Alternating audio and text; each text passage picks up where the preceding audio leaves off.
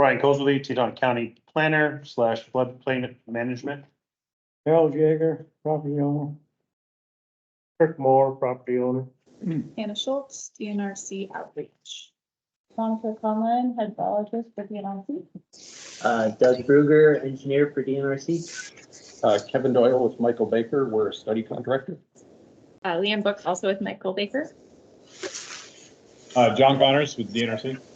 Rodell, Commissioner. Language planner and floodplain administrator. Great. Here. Ross Salmon, the Teton County Conservation District and property owner. Joe Haas, property owner. Andrew Fry.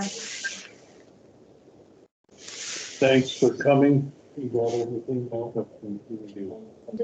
I don't know if you've been here before, but this is a Facebook live stream that we archived on the Shadow and Tampa web or Facebook. And Looks like Chris Henderland's on. yeah, we have some online, so if you don't mind coming down and introducing yourself.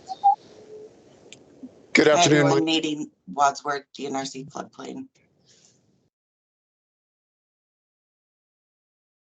I'm Chris Hindon. I'm the mayor of the city of Shoto. Jerry Gerbentz with Great West Engineering. We are helping the city with floodplain administration and planning. Good afternoon, everyone. This is Jason Isherwood, also from Michael Baker.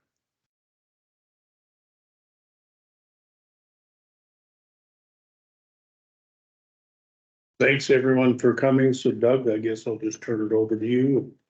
Great, thank you. Yeah, I'm not just tech support, I'm also an engineer with DNRC. Get moved over so I can see the slides too.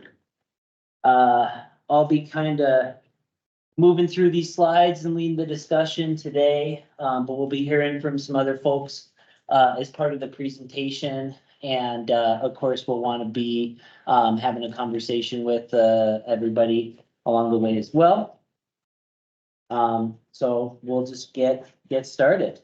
So thanks everybody for attending today. As was brought up a couple times in a couple of the virtual meetings so far, it sure pays off to meet in person and be able to have these conversations together. So really grateful for everybody coming here today. And the first slide here on the agenda, the only thing I'll sort of add or note is that this has changed a bit relative to the agenda that we sent out, more or less still the same. So that's getting really shifted somewhat. We don't need to stick to the schedule very strictly, but it'll help us keep on target and make sure we cover all the topics that we want to cover today. And so first we're gonna do another round of introductions, at least on the DNRC side. And then we'll talk a little bit more about what we hope to get out of today's meeting. Then we'll dive into the technical material that we prepared for about an hour there, but we'll take it easy and have a lot of breaks for Q&A. And then we make sure we've got steps, time blocked off at the end so we can talk about next steps. So we've done quick introductions around the room. I think we pretty well covered it. So I suppose we'll zip by this. And we've had an opportunity to meet a couple times virtually too. But I'll just ask maybe if folks ask questions or have comments, don't be shy to remind folks who you are on either side of the conversation here. So on to, well, I guess I might want to move that corner out of the way. Hopefully it doesn't break everything.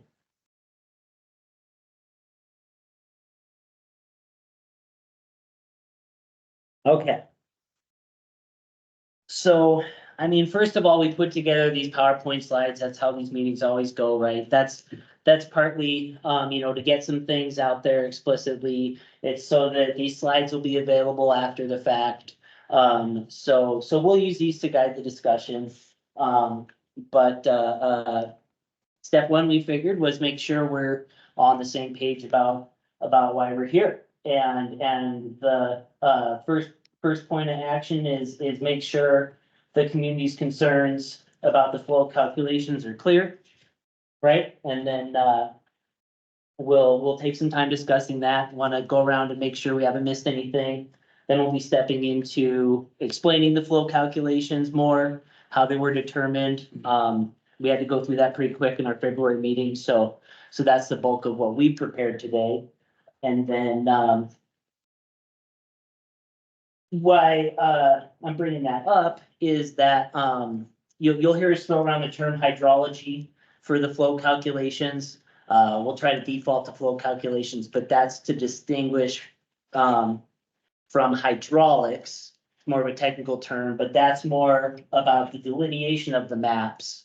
And so that's not intended to be the focus of today's meeting. We can talk about that certainly, but we're starting with, probably the most important step, which is where did these flow calculations come from? Any concerns, particularly about, say, the hydraulics, are things we can follow up later, if we don't end up having time to address them today.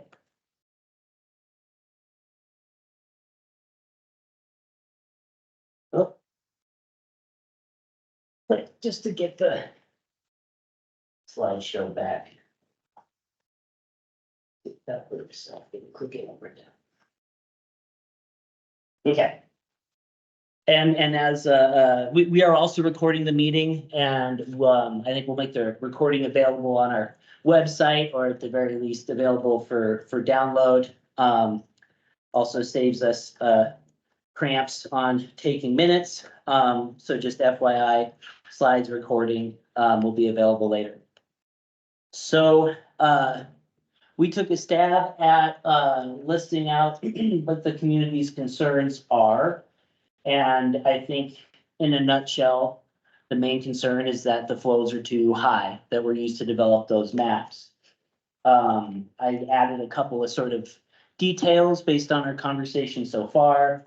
How can this Teton River, that normally sees the highest flow of 1,000 CFS or less, cubic feet per second, is expected to have 23,000 CFS in a flood? Where did that number come from?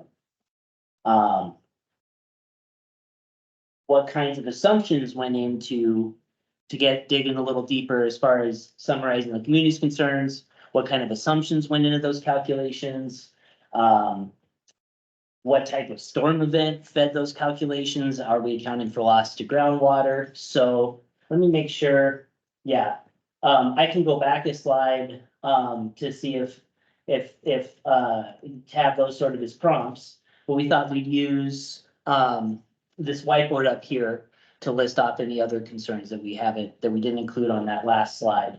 And just as a heads up, we have specific slides in here where we'll break often for Q&A. So you're not going to hear us talk for 90 straight minutes and then have the Q&A session. We'll break regularly and try to answer questions topic by topic as we go. So if we feel like that's captured it well enough, we can continue, but were there any other concerns that we want to make sure we address today? If folks have any off the top of their head, we can put them on this extra whiteboard, was the thinking. I also like stretching my legs. We're just in the car for 2 hours. Peter Fritz, the water commissioner, I spoke with him this morning. He was supposed to jump online. He might jump on here shortly. He wanted to know why the recorded water absorption rate was not included in the calculations. I think that was just the general gist of his question. Is that correct, Ross? Ross, What's that? was that about? We'll just general bullet up here that we'll make sure we get back to if we don't cover it in the slides. And then I think you've already covered it, the 16,000 current flood rate or CFS flow is now jumping almost 50% to 23,840, I think it is. I know that the Conservation District did a survey in 2022 that stated that would be the new flow. And that flow hasn't changed, but I think it was explained to me that the LiDAR is just a better version of the ground. Okay. Okay, So how did you guys calculate? It looks like you guys got it, the calculations for the type of storm event and loss of groundwater. okay. Sure. Okay. We also won't necessarily go back to that slide, so it's good to put on here for future reference. Did I cover your question correctly? And was there another one? Yeah, you covered it correctly. Okay. I have questions. I don't know if it's whiteboard will be, but when you get into this, how, I think mine are fine with the how. So I don't want to go down that rabbit hole separately. If you can there. No, that's great. And I'll, we'll bring this up again later, but, we brought some flash drives with the calculations, that went in, you know, the whole calculation package. We have those that are available to take with. You can also email us and download them later, but, that's, something we'll remind again at the end of the meeting. Or maybe you covered this before, what data you used, what you had available to come up with the 23,000? And I would have questions that would tie into that as okay. Perfect. We'll have time, yeah, to refine these, later on. Anybody else online or anybody else have some things to add? We can add more to these later too.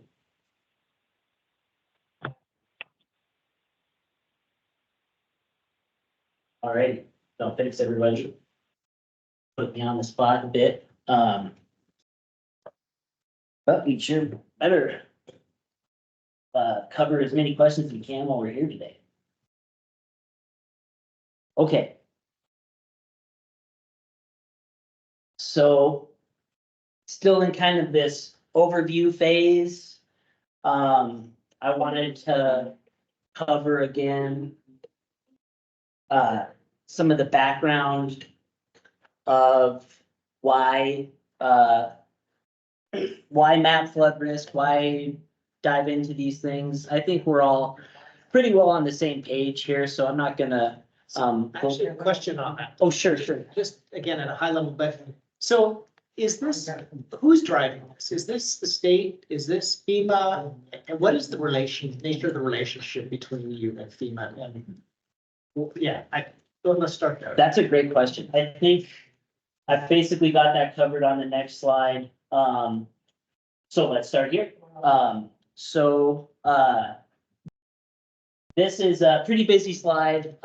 Let's go through it together, rather than me just summarize it. But when we've got these floodplain maps, which I'm gonna, go back and talk a little bit more about that motivation here in a second.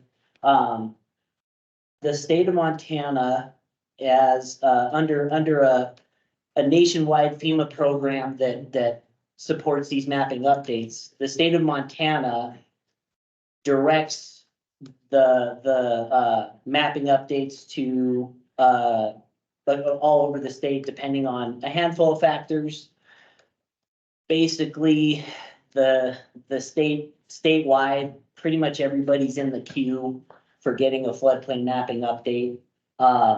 There was a bit of a lull in sort of that rhythm over the course of the 2000s and into the early 2010s. That'd be another can of worms. But since roughly 2016, 17, we've had a big push across the state to update floodplain maps for a lot of counties and east to west. Is that legislative, or is that the executive order? What is the, when you say we, what is the we? Let me take it back just a little bit further than that. So back in the 70s, I think we all know there was major floods that happened kind of that mid-70 range. After those floods, Montana recognized that they needed to map the risk associated with these floodplains in Montana. And so there was a big push during that period, late 70s, early 80s, to get all these floodplain maps out. They did a great job. They're all throughout the state. There's a lot of communities that's still the active maps. As those progressed into the future, they're useful for a good period of time, but as time has passed, we've recognized, hey, both we need to update these using more modern techniques. And we recognize that the old maps they're just getting outdated, and that's kind of across the state. So what has happened, DNRC does, and I don't know the exact language in MCAs, but it says DNRC will, you're gonna have to help me out here, Doug, basically pursue floodplain mapping. Yeah, and we do have, that'll sort of roll into the next steps conversation at the end of the presentation as well. So, I think questions of what's the basis for these floodplain maps? We might drill into that in a little more detail later. But great question, and I did touch on it here where it was around 2020. DNRC under this program communicated with Teton County and said, let's get a floodplain mapping update going across the county. So we get letters of support in all the counties where we kick off these projects. And of course, this support is given without yet knowing what the new maps will look like. It's before we've done any of the analysis.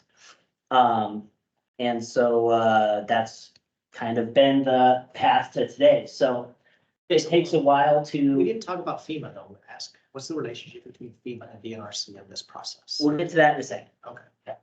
So, this timeline, is a long one. That's just how these projects work. So we had about 3 years of, quiet, you could say, while data was getting collected and models were being developed.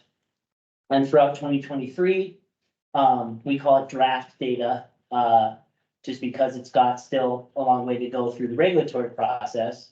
But this is after the data's been through a lot of QA/QC, a lot of review, is when we started to, show the community. And kind of adding some detail through here that was just sort of for, to be on the thorough side. The increase in the 1% floodplain prompted community concerns towards the late summer, early fall 2023. You guys are familiar with that. We were aware of that. We had this meeting in October. It's sort of a technical term. This flood risk review is a required meeting for these floodplain mapping updates. And so that was one of the first times we came together to discuss some of these community concerns with the increased size of the floodplain. And we initiated additional review of the studies at that time to ensure accuracy and address some of these concerns. And that's what led to another virtual meeting in February, where we talked sort of big picture about the project results and talked about an update on that review that we initiated.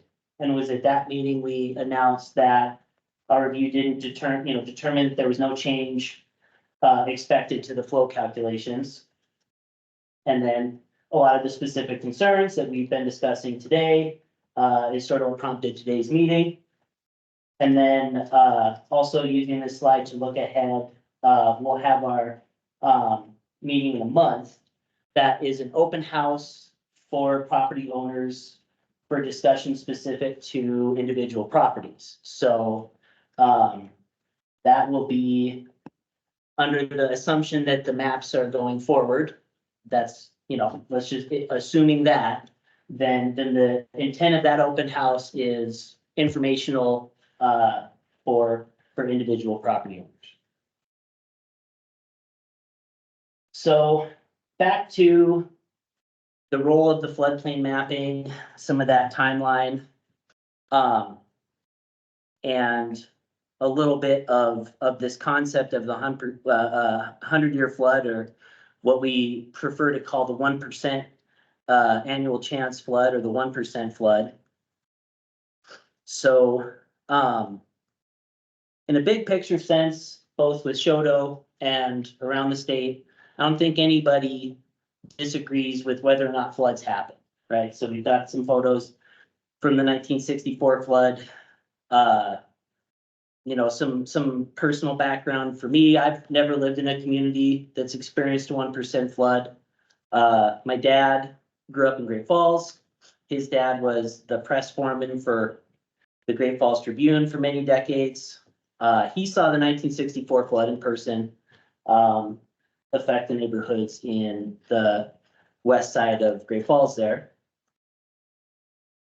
Also, my team at DNRC assisted in recovery of a 500-year flood in 2022.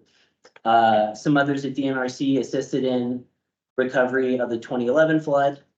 Some of that recovery is still ongoing. Of course, the 2022 flood recovery is still ongoing. And while I'm sort of taking a detour to add a personal touch here, we deal a lot as a state agency with this balance between any individual community having a 1% chance of a flood next year. You probably won't have your 100-year flood this year. We already know that because of the snowpack. And if you wanted to bet me next year, will this 1% flood happen on the Teton River? You're going to win that bet 99% of the time, right? But at the state level, as you can see, 2022, 2011, we see one of these floods damage a community about once every 10 years, right? So it isn't a 100-year flood to us anymore. I've got a 10% chance going into 2025 that me and my team, not to mention DES and the local DES coordinators, the local floodplain administrators, somewhere in the state might have to mobilize for a 100-year flood. I've got a 10% chance of that any given year, roughly speaking. So it's a tricky balance, and the impacts of these maps are severe. And Shoto has seen with these new maps some of the biggest, you know, amounts of your structures in floodplains, and it's a big consequence. But I just wanted to reiterate for the record on a personal note that the impacts of those floods are catastrophic, regardless of the impacts of these maps. That's my personal motivation for developing these maps. When it comes to the state, John already alluded to the state, largely as a reaction to the 1964 floods, put laws in place mandating the Department of Natural Resources and Conservation, specifically with maintaining and updating the state's floodplain mapping portfolio. And then the FEMA layer on top of that is mostly tied to those regulatory FEMA maps, which take a tiny detour here, but we have some communities in the state that regulate to maps that aren't from FEMA, but those FEMA maps are predominantly the main regulatory tool. So it's sort of a complicated partnership, the state, the community, and FEMA. But in order for the community to participate in what's called the National Flood Insurance Program, you need to agree to regulate to the FEMA maps. And there's not a really explicit requirement for a timeline for updating those maps, but there is a regulatory requirement that those maps need to get updated on a regular basis. And I mean, actually, the timing is 5 years before they say that a floodplain map is technically outdated, but it takes a lot longer than that to get a floodplain map in place. I'll take a breath here. Maybe see Kevin, if you wanted to add a little to the sort of layers. Yeah, the FEMA state and local layers. Yeah, so to answer your question, FEMA manages the National Flood Insurance Program. So in part of managing that is they identify flood risk nationwide. And they've done that, as John mentioned, since the actually started in the late sixties. So they'll go year over year and look at where maps are outdated and update that flood risk. The state is a cooperating technical partner with FEMA, which means they have more control over what studies are done and where. In some locations, I'll use the state of South Dakota for an example. They do not have a cooperating technical partner program. So FEMA just chooses where the studies are going to be done and manages them and picks their own contractors. By the state becoming a partner with FEMA, they get more control. They've got a whole bullpen of contractors, Great West, Dow, Michael Baker, others, that they can assign to those studies and decide when the studies are done, where they're done, and who actually does it. So that's how the different layers work. Did that explain enough for? Yeah. Okay. I do have one question. So 40 years since we had our last update. What specific event or what events have sparked the state of Montana to push for the revision? That's a great question, and the So short is it answer, the Yellowstone Park? no, it's is just the fact that your maps are paper essentially. So, so as Kevin mentioned, becoming a cooperative technical partner was an explicit step in this whole process. It occurred in 2005.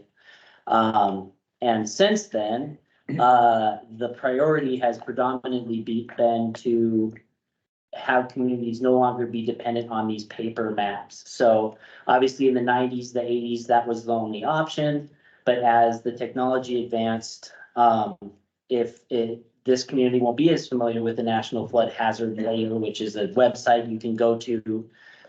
So communities that have had the update can go to a website, type in their address, similar to the R viewer that we've put together, and use that as a tool to regulate their floodplains. So Teton is one of the increasingly shrinking number of counties that currently use only paper maps for their regulatory products. So, And this is being done nationwide. So all the states around Montana are doing the same thing. Colorado, North Dakota, Wyoming. They're looking at what you'll find nationwide is there were a bunch of maps that were created in the late 70s and early 80s when FEMA had a bunch of funding. And then FEMA's funding kind of went down because they mapped the nation. We don't need to fund FEMA to the same level.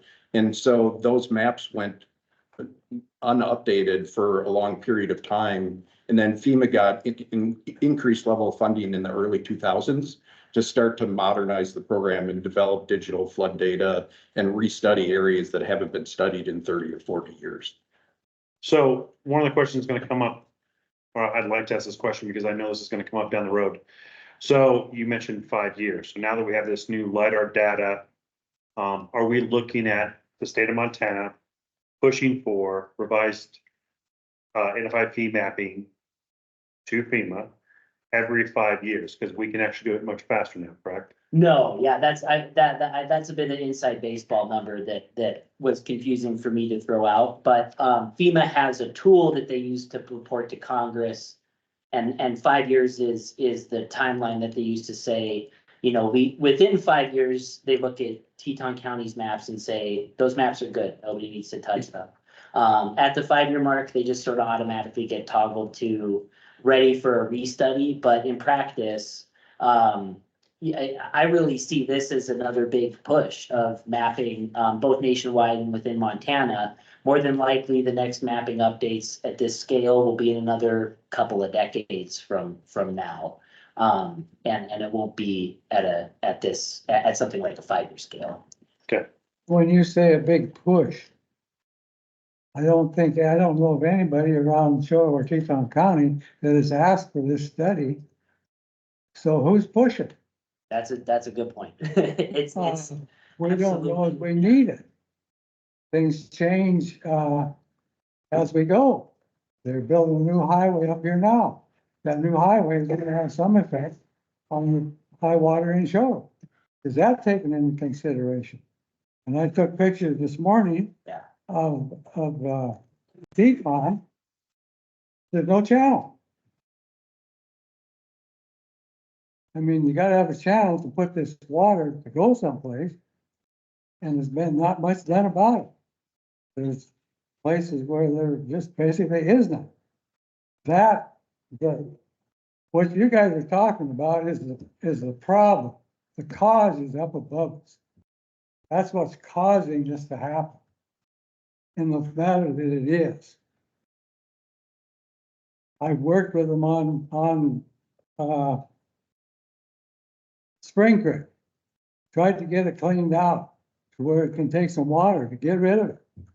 Right now, the culverts are 4 to 6/10 below the water down a couple hundred feet down from the culverts. That's a problem. That's a big problem. And there's trash in the creeks. If you want to prevent a flood, that's one of the things you have to look at. We know you're going to get some high water, but I know some of the pushback that I've got on it is from the Fish and Game. And it just don't make sense to me. I think you're absolutely right. And let me try to rephrase this just a little bit. I mean, you're right in that there are things that can be done to, mitigate some of this risk.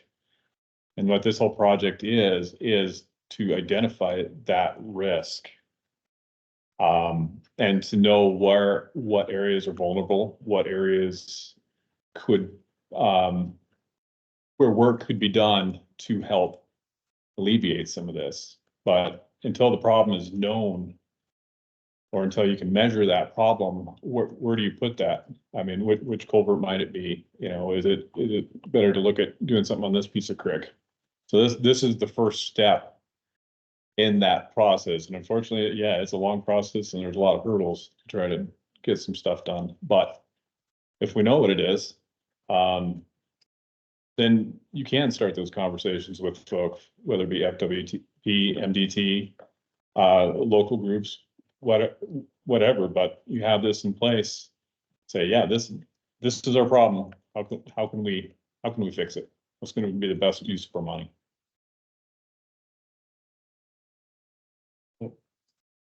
So the Highway 89 North project they will submit a LOMAR when the project's completed. And all that, of course, will be another map revision. And we have Highway 89 South along with the new bridge going in. That will have another LOMAR, which will be another map revision. So we've still got 2 more down the road before this even goes into effect. That's a good point. And I was gonna mention that the full study process of FEMA takes a long time. I mean, it's 5+ years to get through the whole study process to get the countywide maps updated. But if you're doing a project that's gonna change the flood risk, be it new bridges, new culverts, channelization, stuff like that, FEMA has another process called the letter of map revision process, which is a much quicker process to get the flood risk updated. You're talking a smaller scale, so you're talking a bridge project, but generally it's like 6 months to get through that process. Yeah, no, no, thanks for the conversation and thanks for expressing the concern that, for as much as we have our state level role in this, it doesn't feel community driven in a lot of ways. Our effort to address that is to communicate with the community, make sure that there's awareness that the update is happening, get support from a handful of stakeholders, including county commissioners, but that's the extent of the floodplain maps at the end of the day get updated on a regular basis, and that's where we're at in the process for Teton County. So several points I think that we will come back to. I think we've kind of covered question and answer for this sort of overview. But I'd be happy to come back to some of these points a little bit later. Let's get moving I'm actually doing okay on time. And talk a little bit about how this particular number, how the 100-year flows on the Teton River that are used to make this new floodplain, where those flows came from. So, each one of these, pieces of this longer section on the flow calculations will have a stop for Q&A. We can, also take questions along the way as well. So, it's definitely a pretty technical journey, how you get to these flows. We've done our best to put some of this information on these slides and help summarize it in this amount of time we've got. But of course, we're always welcome or open to follow up or further questions if we don't get to the bottom of it in this meeting. So, I'll pass this off to Kevin, but, when it comes down to how these maps are developed, the, way that somebody who's a study contractor like Michael Baker goes about calculating these flows is they start with these standards and guidance that FEMA has established, for these different methods for floodplains. So, I'll hand it over to you, Kevin. Yeah, and there's a lot of words on this slide. I'm not gonna read through all the words. There's a couple main points I wanted to make about this slide. One, we are doing these studies to support FEMA's program. So because of that, we have to follow, the study contractors in the state have to follow FEMA's guidelines and specifications. And two, there are a number of ways that you can do a hydrologic analysis, which we'll go through here. Depending on the type of data you have and depending on the needs of the outcome of your data, you can choose different methodologies. But FEMA has a preference for which order you should choose. And it basically says if you've got gauge data that's of sufficient record length and it's applicable, you should use that gauge data first and foremost. And then it goes into some other methodologies. It says regional regression equations are a second preference. And then if you don't need a hydrograph and stuff like that. So what we've got up here is direct quotes from FEMA's guidelines and standards. It used to be called the standards back in 2003. And the most current guidance for hydrology that rules right now. So for the past 20 years, FEMA has been consistent that their order of preference is gauge analysis, number 1, regression equation, number 2, rainfall runoff modeling, number 3. Excellent. So thank you, Kevin. So which did you use? We did the gauge. The gauge. Yeah. So we're gonna spend the next handful of slides unpacking that gauge process a little bit and explaining and hopefully building some confidence in that approach. So that's the sort of first take home, is that we based this 23,000 is the number I'm using to give it a number. It changes a bit up and down the river, which we'll talk about, but where did this number come from? We're gonna dive pretty deep into that here. There'll be some numbers, there'll be some graphs, but hopefully it'll be able to be followed along here today. So this is a plot of the gauge record at that USGS gauge of that the formal name is Teton River below South Fork near Shoto. It's not very near Shoto, you got to get up towards the mountains a ways. But at the scale of USGS's gauges that are all over the nation, this one's near Shoto. So there's a lot to unpack. We'll walk through this a little bit, but let me start with the text on the right here. So we need to develop these floodplain maps. Step 1 is to calculate this 1% flow. So as I've mentioned a few times, where does this red line come from is what we're asking and gonna dive into. So this red line is at that 23,000 CFS, cubic feet per second. And we've determined that that's the threshold for that flood that has a 1% chance of happening. There's a couple other lines here. That orange line is what we call the 2%. Otherwise known as the 50-year, right? I'm so used to the percents, otherwise known as the 50-year. So that flood is about twice as likely to happen. So you might have a 1% chance of the 23,000, but it's doesn't feel like much more likely, but it's twice as likely that you'll see, by this calculation, this 14,600 CFS. And then another line we've shown on this plot is the 10% chance. So that's the 10-year flood. So that's a much more common flood. Obviously it's 10 times more likely than the 100-year flood any given year.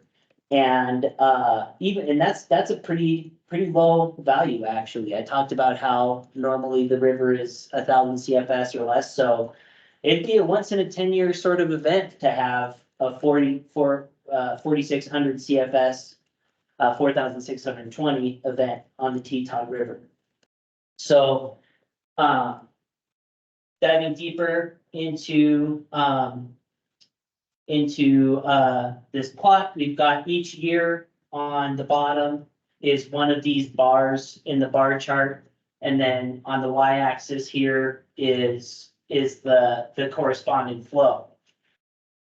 So, you can see that most of these floods are close to zero. They're quite low. And then you've got the occasional peak. And then of course we've got the 1964 event of over 50,000 CFS. That's included in this chart. That is included in the analysis. Big floods are of course important, but they're only one source of information. Every single year through here had an impact on the result. If you have, the more low flow years you have, the lower that estimate gets. Of course, having a big flood event is going to increase that estimate. And we're going to talk a lot more about where that value comes from. And feel free to chime in at any point if only to give me a second to have a sip of tea. So the first ingredient in one of these numbers is a gauge. So USGS, in addition to DNRC, but USGS has long been the primary installer and maintainer of these stream gauges. So this is just kind of a cartoon you can find online of some of the different pieces of what a stream gauge measures. And to explain in a little more detail, you've got the station installed at a point that's relatively well behaved, and you have this function, I guess is kind of an elaborate word for it, but you determine a relationship between how deep the water is and that flow, that discharge in cubic feet per second. That's called a rating curve. So for example, what the station is measuring is how deep the water is, 3.3 feet. And then on this plot, you can read off that the discharge is 40 cubic feet per second. This is just an example. This isn't specific to the Teton gauge or anything. So they monitor these stations are recording that depth continuously, more or less, over the course of a year. They keep track of things like if they're iced up. You can go pull that data off the USGS's website at any point. And for that chart that we just had up, that chart represents the highest stage and the highest discharge that's observed every year. So we, when it comes to looking at the statistics that we're going to get into, we are only talking about what's the highest flood of the year. And it probably wasn't even a flood 99 years out of 100, right? So, Doug, yeah, can you go back to the other chart? sure. Okay, how many years is that on the bottom? Is that 50? That's a great question. It's pushing 70 at this point. The first year of record is 1948. And at the time of the analysis, they took water years up through 2018. Okay, now this is just a question. The middle line is 14,000. Okay, and it hasn't hit that one time. Yeah, it got pretty close in 75. Okay. Yeah. The other one was a 64 flood, which that was a lot of snow and a lot of rain all in one clatter. So that's the only time it's ever hit the 23,000. Correct. So how do you justify going from 14,000 to 23? That's a great question. And that's what the next slides are gonna help. Please state that slide. Sure. Got some questions. So the blue lines are gauge data, and then the grayish are record extension. Can you explain the difference there? Can I jump in on that? When did the gauges go in? Because off the report for the 964, it was a projected flow. So when did the gauges start reporting? The 1964 was a projected 54,600. They estimated. Yeah, the gauge went out. It was. Okay, let's keep track of these questions and we'll come back to them in the Q&A portion. So, record extension. What does that mean? Great question. I have another copy of this slide coming up too, so. And then it's 1964, and the word for that, or 64 is indirect. Okay. Measurement, so we'll talk a little bit more about that. So I guess along this line also. The next slide, you had the satellite and it's being recorded and all that. When did they start that process? Because before I would assume that somebody had to go out and physically look at the gauge. Yeah, well, and even these, I mean, they might have cell network or something. In earlier stream gauges, they'd actually have a cork method, which was where they'd have some cork and a sort of receiver along the end, and then you'd go out and see how deep the water got then. So yeah, the continuous every minute recording is a newer phenomenon. But essentially USGS won't publish these results unless they're at a high standard of data. So yeah, the only information you might have in 1948 is that one flow event, as opposed to in a more recent year, you'll have a continuous record. And on this, does this account, so that's a peak. Is that a peak for a period of time?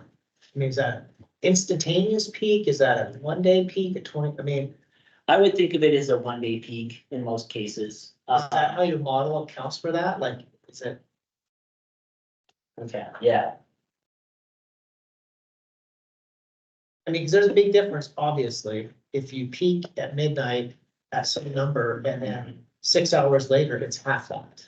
Yeah, no, that's a great question. We'll come back to that a little bit later. So another question in regards to that. A lot of these stream gauges are not, they go out of calibration. What do you take into account for that? That's what USGS is doing with these, basically, is going out and maintaining them.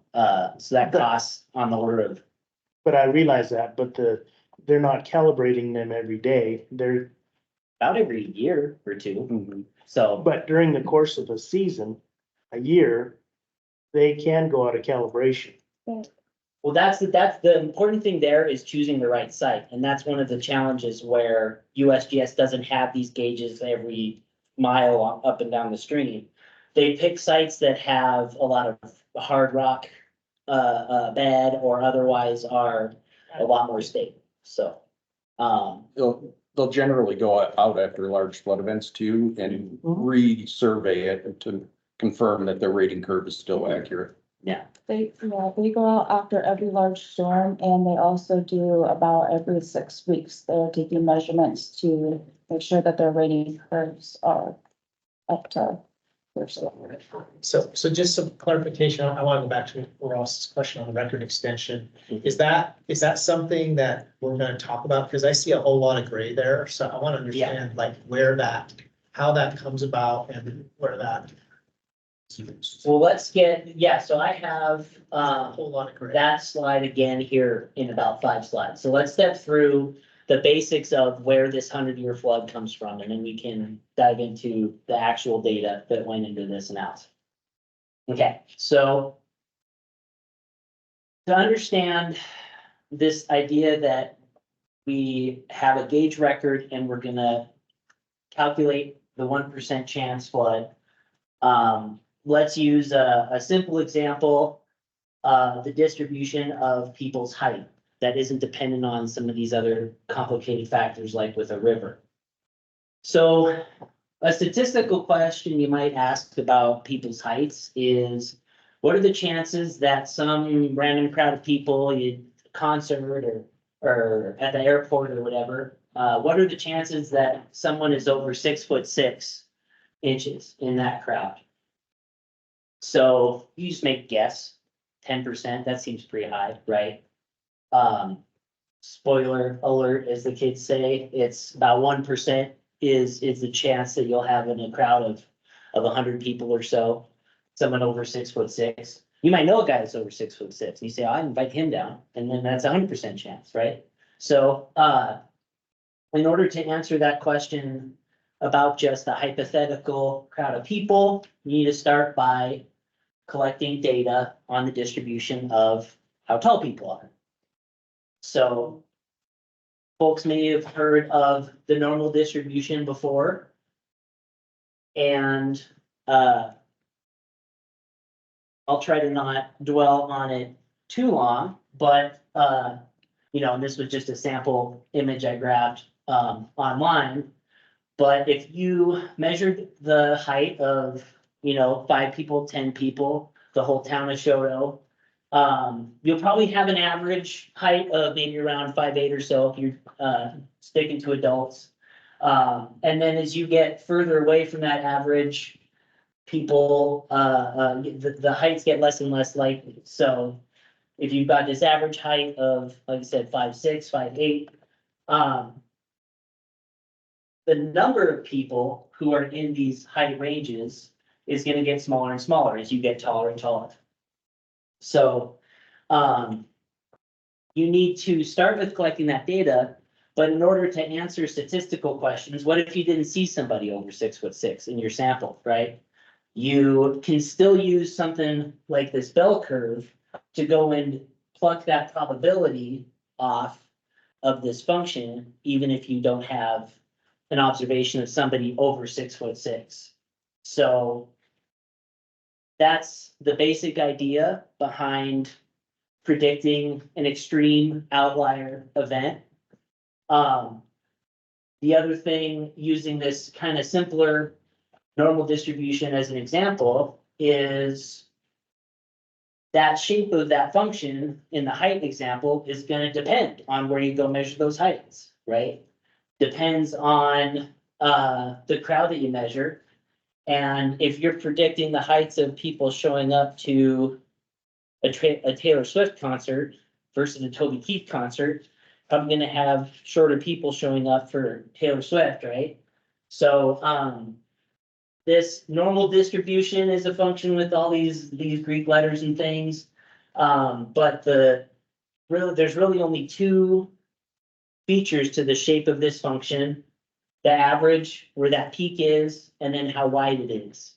So depending on the situation, you can adjust the shape of that function, and that makes a big difference on these extreme events, right? So just kind of a high level statistics concepts walk through. The actual calculations, you got to dive into books like this and get into the weeds, but that just sort of wanted us to get on the same page about what answering a statistical question looks like. And then to take this back to flooding, that normal distribution is just one type of these statistical tools, and the normal distribution isn't a good fit for flooding. You need to account for things like you can't have negative flow in a river. The distribution that has long been established as the sort of standard in the US especially is this log Pearson type 3. And at its core, it's that same basic process. You're gonna look at a gauge record and tweak these shapes of these functions to say, I've got a function that looks like this gauge record, and I can use it to make determinations of these different 1%, 10%, 2% events. Just wanted to point out that the more data you have, the better. In the flood world, 10 years of gauge record is the minimum that you need in order to, be confident in your answer. And the more data you have, the better. And then, like with the height example, with this method, and with any method really, you don't need to have seen a 1% flood in order to estimate it. So like I said, you only need 10 years, and this is, I think, a very intuitive, or I guess I should say, unintuitive way that these statistics work. If you haven't seen this flood before, in the case of that gauge we have, but there's a lot of cases where the 1% flood is a flow that the river hasn't seen yet. But when you've got this methodology built up by looking at a lot of rivers all across the nation, all across the state, similar watersheds, different watersheds, a lot of confidence has been built up in these methods by them being proven right, unfortunately, in cases where they were used elsewhere. So just a little bit more of the math and guts of how that number is calculated. This is a plot and some of the information that's available in the full, supporting documentation of the hydrology report. Like we said, we've got copies on the flash drives here.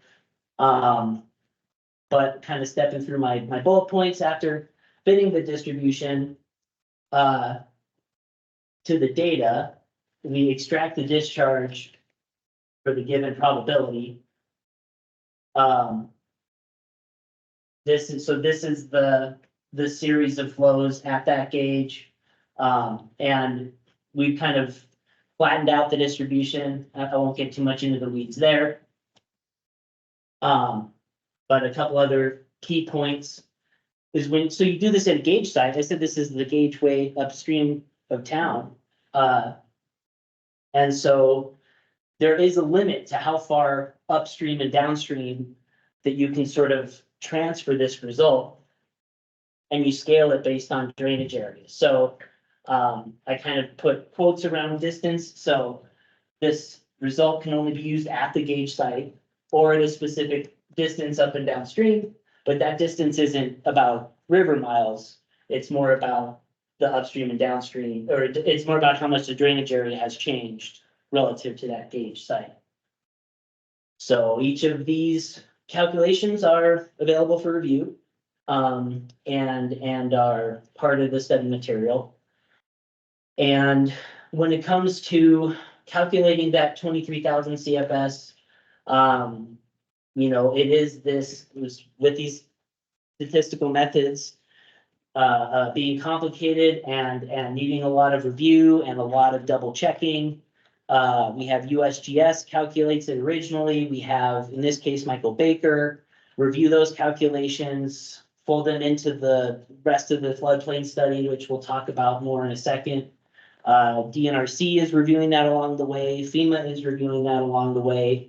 And that's just in order to agree on that 1% event, which is, of course, because it has big consequences and it's a really important value that needs a lot of rigor and review. Yeah. Just a question. Sure. Depends on the drainage area. So what do you take into account? Does any of the absorption rate go into that? That's a good question. Yes and no. And in this case, which this is something we'll get into in a moment, when you have another gauge downstream, then you've got sort of two endpoints that you can vary in between. And so that you're getting at something that's a big topic of the rest of the slides, for sure. So you're using one gauge. Not in this case, we're just using, this is You're the using example. two gauges. For the Teton River between, there's actually a third gauge, I forget what that one's called. But the. Strawberry, yeah.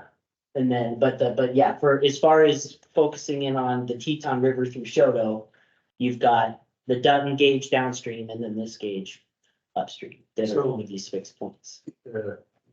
23,000, are you saying that's at the South Fork gauge?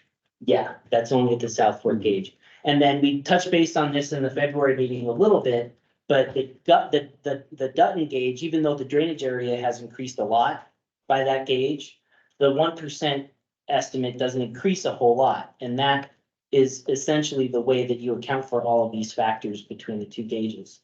But we're gonna get more into that in a bit. So when you said you normalized or flattened, tell me more about that. You said you flattened the data. Oh, this just, you could repurpose this to make it look like the normal distribution, but that makes it harder to visualize when you're doing this work. So, yeah, I don't know how, it's a bit of a silly concept, but, the shape of this is, So you're saying the data points would be further apart?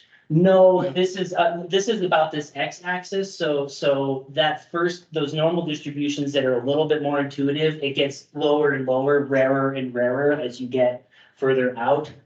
This is about the probability that it's gonna be exceeded, so it sort of adds up as you go. I could sketch out a visual or something to help with that, but yeah. Go ahead. Yeah, so you probably can't tell, but both axes are plotted logarithmic, which will make it more of a straight line, but you'll see a little skew to it. It's an upward skew. So another thing that goes into the calculations is you look at gauges across the region, and generally the multitude of gauges will have the same skew if they're from the same hydrologic region. So you'll take a generalized skew, combine that with this gauge's skew to inform how that line is not only fit to all the points, but bends either slightly up or down or is flat. So you're saying you can skew it however you want? No, that the skew map is created by somebody else who does, it's not part of this study, it's done independently.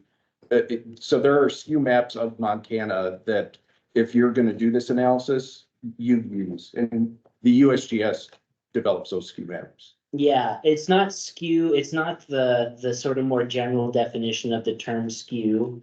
To give you more of a visual, back in these distributions, we say that I said they have two parameters. They've got the center and they've got the width. And so skew is just what we call the third parameter. What that means is that these have to be symmetric on either side of that middle. Because that's a simpler shape if you've only got two dials to dial. But a distribution like this, that's asymmetric, you have that third factor that we call the skew in statistics, but it isn't something that, as Kevin said, we can skew like you normally use the term. So I want to get back to a couple of these other questions. We have a Q&A slide coming up, so we'll come back to this slide since that was what a lot of the questions were about, but I think a few of them will be answered by the portion Kevin's about to cover. So that was a quick overview of how you take a series of peak flow observations and get these statistics out of that. If you don't have a gauge or data for a specific river, this gets back to the FEMA guidance sort of hierarchy. You can only make an educated guess, maybe based on a similar river, and that's going to be much less accurate than observations of a specific river. So would you characterize this as having a lot of data or not? Yeah, it's not super uncommon for Montana, but yeah, as we mentioned, that 10-year cutoff we hit pretty often.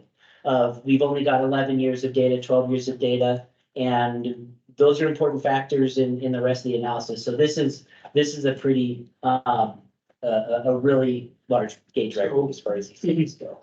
In your modeling, did you use all of that data or could you use only the blue stuff?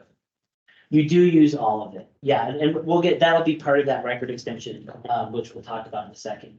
So yeah, we've got just a couple slides. Let me go through them. So we'll have another formal sort of Q&A break, but I'll come back to that slide. So yeah, Kevin is gonna explain a bit. We talked about determining this 23,000 at that gauge, but we model the whole Teton River. So where does that come from? You can, sure. yeah.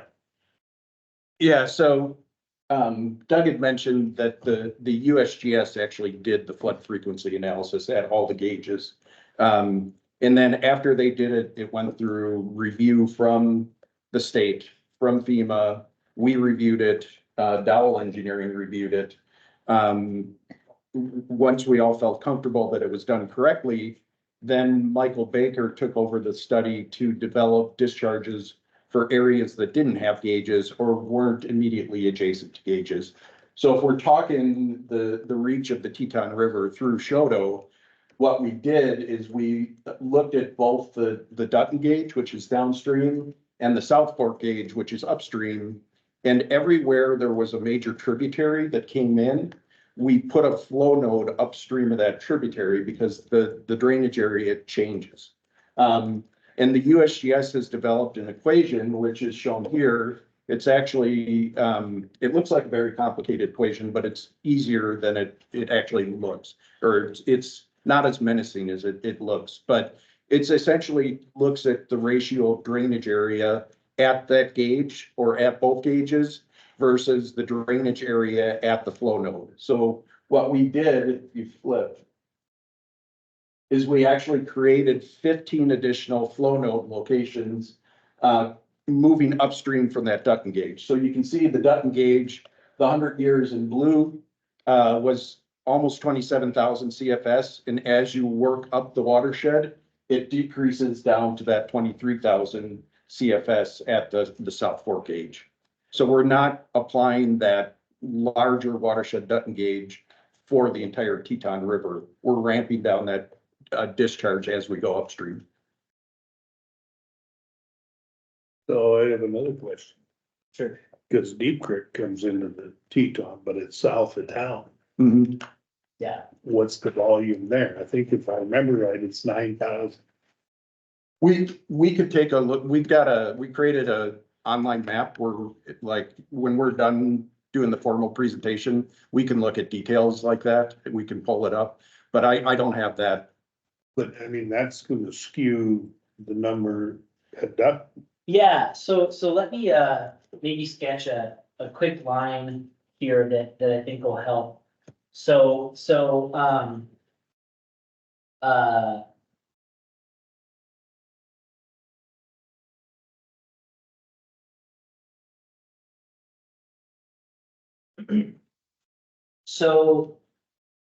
because this is a really important point, and I think will help understand a lot of or help get at a lot of the questions that we've discussed so far.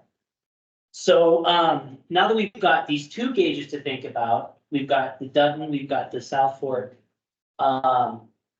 These flows increase as you go downstream. So we've got South Forks is 23,000. I'll just use 23 here. And then 26.8 thousand is the flow at Dutton.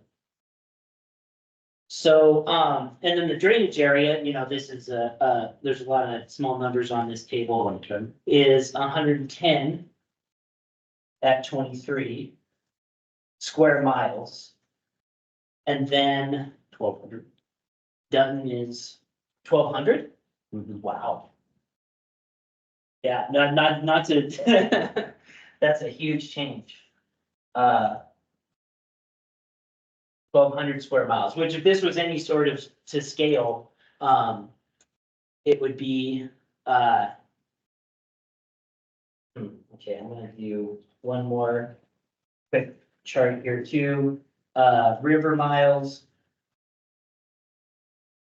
And the same axis here, the drainage area. So, so essentially that equation that Kevin was saying is less intimidating than it looks. I mean, this plot's actually kind of boring. It's just a straight line.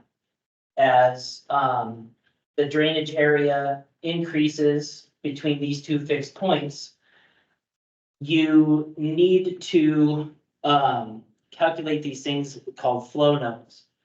So I'm gonna go back one slide. The details on this figure are a little hard to see in the room here. But when you have these two gauges, we've got that 23,000 at South Fork. We don't necessarily say, well, 23,000 is the flow up until you get to the next place we have measurements. We assume that 1% flow is increasing between these two points where we have measurements. And that's an important distinction, I think, versus how a lot of us go into these things, picturing these models and assumptions. We also aren't taking a 23,000 CFS flow and like piping it in here and then modeling it down the river. We do that for a while, but exactly like you're saying, when you have a big change in drainage, you update that amount of flow and you simply just bump up the model accordingly. So we might need some time to dive into that in some more detail, but let's step through this real quickly. So I think this will help a little bit where so I guess maybe this won't help a whole lot, but the idea would be when you want to go place a flow node, you read the drainage area off of this plot. And, you know, for a while, you might not have a new drainage until you get to something like Deep Creek, where I think we looked at this last time, it's almost double. So, you know, my apologies if this kind of quick sketch didn't work out quite like I thought, but you have a drainage area, and that's what this table's getting at is, you know, this is probably above Deep Creek. You have 220 square miles and you've got this flow here that let's say maybe is 23.5, right? And then once you jump down to Deep Creek, which is the next one down, you might have a huge increase in drainage area. In fact, you do. So that might get you up to 800 square miles, okay? So, so then you have to use this line essentially to go pull those values. So, so that's what these values along the way here are dictating. And then you can see, I mean, you can't see, but I can see a big jump here. And you know, these nodes just have kind of an index name. And in some other charts that are in the report, if you go digging, we more clearly delineate where these other drainages pick up. But if you have a big jump in the flow, that's because you've had a big increase in drainage area. You know, it's essentially similar to the example I just laid out. So, yeah. I'm just gonna throw this out there. You're telling me that between the South Fork gauge and that Dutton gauge, you're only gaining 4,000 CFS and you've got Deep Creek and Muddy, all that whole area dumping into there? Yeah. I don't buy that. Yeah, no, that's 10 times the area. Yeah. And you're only gaining 4,000 CFS. Yeah, no, and that's, If you draw around your map from the South Fork gauge, that drainage, and then you look at the rest of the drainage, and the rest of the drainage is only gonna have 4,000 CFS. That defies common sense. no, I mean, I see exactly where you're coming from, but in fact, that's exactly what you guys have all been telling us about. We call that flow attenuation. So the loss is due to groundwater. The fact that, the river's rushing out of the mountains up at South Fork, and then it flattens out through here. When you've got the gauge down here, you do these two analyses, like that's sort of what we expected, right? If we hadn't seen that, we'd have been confused. But the Dutton River results of, the gauge at Dutton said 26,000 is the 1% you'd expect. So, even though you're picking up all of that drainage area, I mentioned this on the February call. The difference is you might have a much longer duration flood down at Dutton. There might be a higher total volume of water. These flows are an instantaneous snapshot of the cubic feet per second going by one point in the river. So that's another complication. We've had examples that got presented on at AMF, well, we lost Brian. At this annual conference earlier this year, there was an example from the Clark's work at Yellowstone where the 1% actually decreased a little bit as drainage area increased. So if you have the gauge data, you don't dispute it when you're in our position, but it's actually, in my opinion, perfectly capturing all of these dynamics that you guys are talking about. You have this huge increase in drainage area. You don't have a proportionate increase in the flow rate because of, just like I said, all these things, all these issues that you guys have been bringing up. And it's actually pretty common for this to happen in this exact scenario where you're coming out of the mountains and you've got a large discharge and then it flattens out significantly. So if you look at a similar situation in Utah or Colorado, we see this exact thing. You just, that water slows down so much and gets stored in the larger floodplain when it's not confined, that it, as Doug mentioned, it attenuates as you, even though you're adding a lot of drainage area, the flow that originally came down, it almost stores in that floodplain since it gets so flat. But in our last meeting, when Peter brought that up, you guys said you wouldn't take that into consideration. So that is something that John's going to be covering in a few slides. And just to not punt on it too much, what we meant by that is it's the gauge data that has taken this into consideration. We don't actually come up with a number for how much flow gets lost along the way. And John's going to talk about that in a little more detail. So another way I would say that is because you have actual real world data coming from these gauges, that's why it's the highest priority of the methods to be used. Because it takes, then you don't have to try to take all these other, like Peter was talking about the swamp, taking out a big chunk here or this piece over here or a gravel pit or something like that. The gauges, because they're measuring over time, have taken that into account. And that's why, like Doug was saying, you see that flattening. Sorry, I come from the dam safety background. That's the way I think. So in a dam breach, you see this same thing, big flow water from one spot. And as it goes downstream, that peak goes down and down and down. It doesn't mean there's a lot less water coming out. It's just it's flattened itself out. We have additional tributaries coming in. That's right. But and this is what I'll get into. There is a method to take that into account and kind of build that. But on the whole, it's a lot less accurate than using the real world gauge data. And a quick thing I'll add about the additional tributaries coming in. A really important assumption that goes into the statistics of this is something we call independence and whether things are independent from each other statistically. So when you have a flood on the Teton River, the Deep Creek, for example, might be pretty high, probably. It's probably a wet year, but Deep Creek isn't necessarily having its 1% flood at the same time that the Teton River is. So it does contribute to the flow as you go past Deep Creek.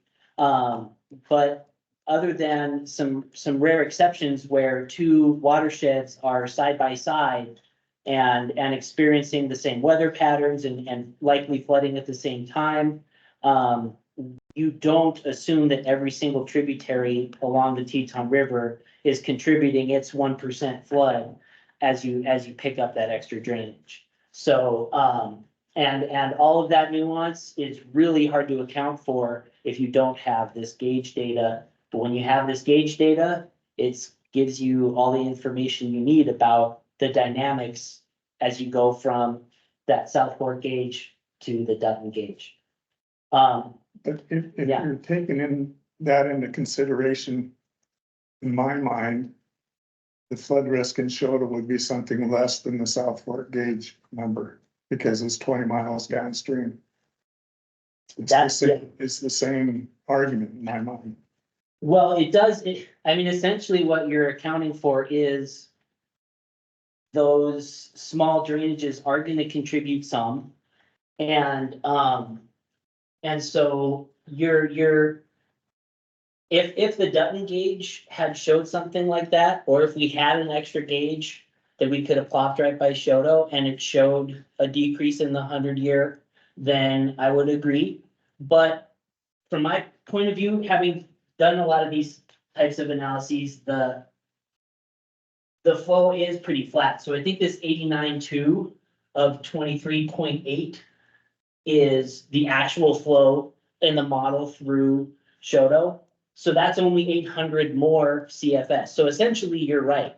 And while it didn't go down, it's the fact that it stays flat is accounting for all of that relatively flat. And you know, the best information that we have about how flat it is having that next gauge downstream at Dutton.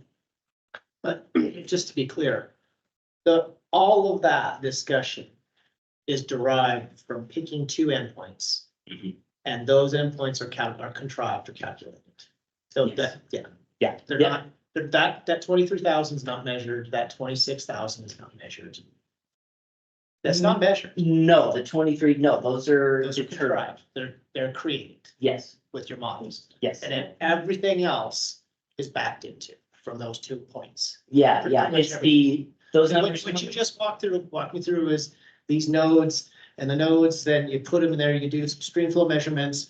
And then the area above that, you just take proportional, but it's all based on using those as your baseline. Exactly. And everything else flows from that. So so the issue is not, I mean, that's a fine discussion, but the reality is it's driven from that 23 and that 26. Yeah, yes. But you take that chart right there and nothing has ever hit the 23.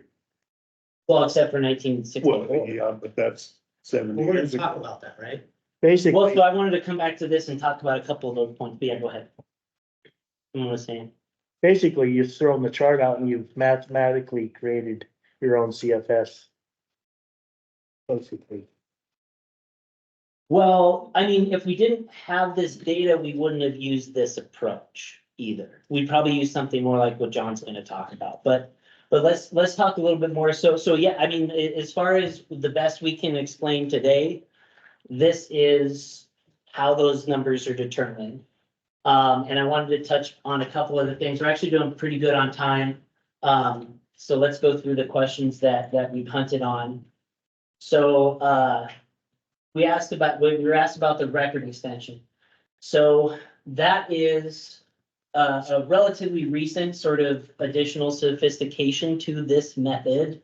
It's you know, a lot of folks a lot smarter than me put together books like these to come up with these approaches, but these gray lines that include a record extension essentially say, if you have another gauge downstream, you do some conversions to say, well, we didn't have the gauge installed here for this year, but we can confidently populate an estimate of that peak flow during these years with the gray. So the blue years are the only years that have an observation at that gauge. And before that, raises some alarm bells, most of these years that were added to the analysis actually lowered this estimate of the 100-year because they were small years. So it's just a amalgamation of the gauge data that you have available in the area to make sure that you're not ignoring a big event that you know about downstream, and that you're also not throwing out all of these years that there was no flood. So the addition of these years, for lack of a better framing, certainly lowered that estimate of that flood. Is that data that you guys came up with or the USGS came? USGS. Okay. So I mean, that's stuff they dug out of their old records and stuff. So there's a way to correlate records from since there's two gauges on the stream, to correlate those two. So you essentially look at the flow records where you've got the records for the same year at both locations and kind of compare them for all the years you've got those two flow records, and then you can populate the missing records. Yes. And all of this, so this is the old book. This is called Bulletin 17B. The new one is Bulletin 17C. And this was created by a subcommittee of hydrology experts that included the USGS and Federal Highways and the Army Corps of Engineers and FEMA and others that specify down to a T the techniques that you should be using for this flood frequency analysis, and the technique and when you are allowed to extend a gauge record, and how you deal with historic peaks and low outliers and high outliers. So the book addresses all of that. So I guess my question is, so I look at the South Fork gauge data. Yeah. And so if I go in and search, say I want to search the period 1971, or I mean, all of 1975. Right. I can't pull it off their website, but it gives a little disclaimer that other records may be available at the local office. Right. So is all that, then records that are supposedly there, is that built into this or not? Not likely. I think maybe a good way to picture this is some of these, I don't know for sure without looking into it, but some of these probably came straight from the Dutton gauge. Right. So if the Dutton gauge was in. So I guess place for that's some a of good these point. years. Yeah. So if you've got the Dutton gauge, this gauge was not active for this period, which we'll get into the indirect, by the way. But if the Dutton gauge is active, then you know something about what the river's doing during that period. So that's the basis behind it. And our Seth Seedkin at the USGS, who was originally going to be involved in this discussion and did the thrust of this work. Just to kind of put a finer point on it, as Kevin alluded to, if it hadn't been Seth doing this, somebody else would have followed the same methods and gotten the same result. So back to Ross's question here, if that is the Dutton data, or so we get a weather event up Deep Creek, we get a weather event up Blackleaf or something, that's gonna send a large amount of water into the Dutton gauge that. Yeah, so it's not the Dutton data. They didn't take the Dutton flow rate and put it at this gauge. They used a specific technique that's called Move 3, where you have to go through a comparison of those two gauges when you have two records at the same time and see how they compare. And then they take a flow rate from the missing year, or from a year you've got it at Dutton where you're missing it here, and you apply an equation to essentially shrink that discharge a little bit, so it applies to the South Fork. That doesn't account for that coming from somewhere else. Exactly, and Yeah. that's part of the analysis. Seth spent months doing this stuff. It's impossible. Well, yeah. So if they suspect that a year is impacted by some other drainage and is irrelevant, then How would they suspect that? throw it out. What kind of intimate knowledge would they have to suspect? I mean, if there's a news report, it's all sorts of, they do a very comprehensive dive into all of the available data. For Seth Seedkin could tell you more about flooding in Teton County than probably anybody in this county, at least back when he was doing this project. So if there had happened to be an anomaly that snuck through, that can happen. But I'll also reiterate the other point. where primarily bringing in the Dutton gauge information lowered this number. It would have been higher if they hadn't done that. So, so it's about taking in as much information as you can. It's a really important question, but there's not a lot of judgment that goes into it.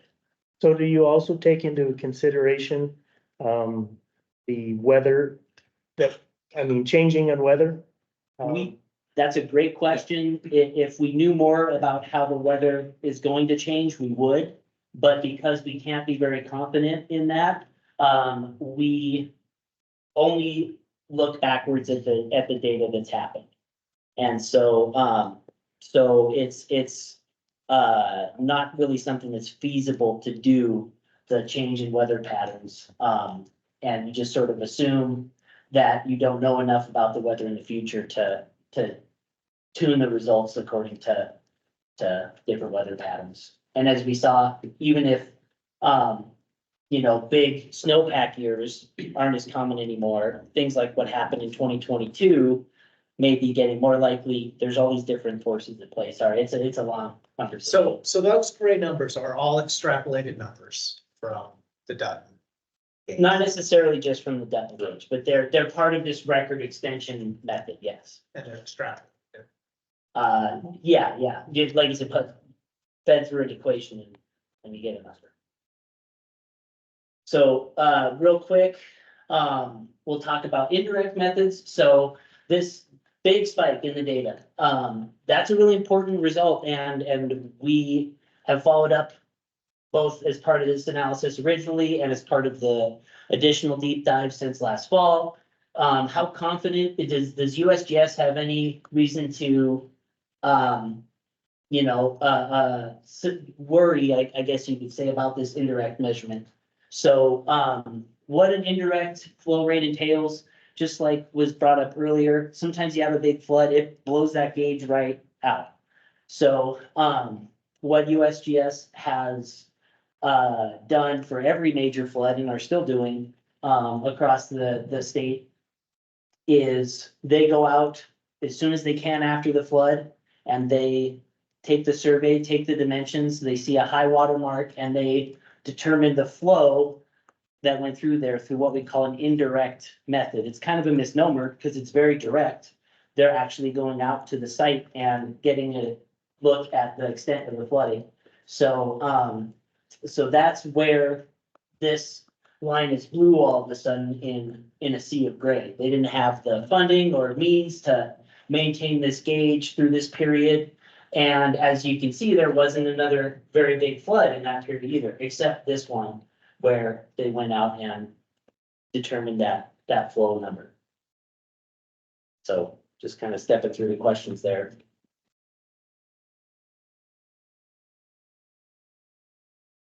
I don't have a great visual for it, but the last question we wanted to address is about how long that peak is. And that's a really great question. It depends on the river, of course. Like I said, as a rule of thumb, you can assume a peak lasts for about a day. Of course, the very highest peak only lasts for one snapshot of the gauge.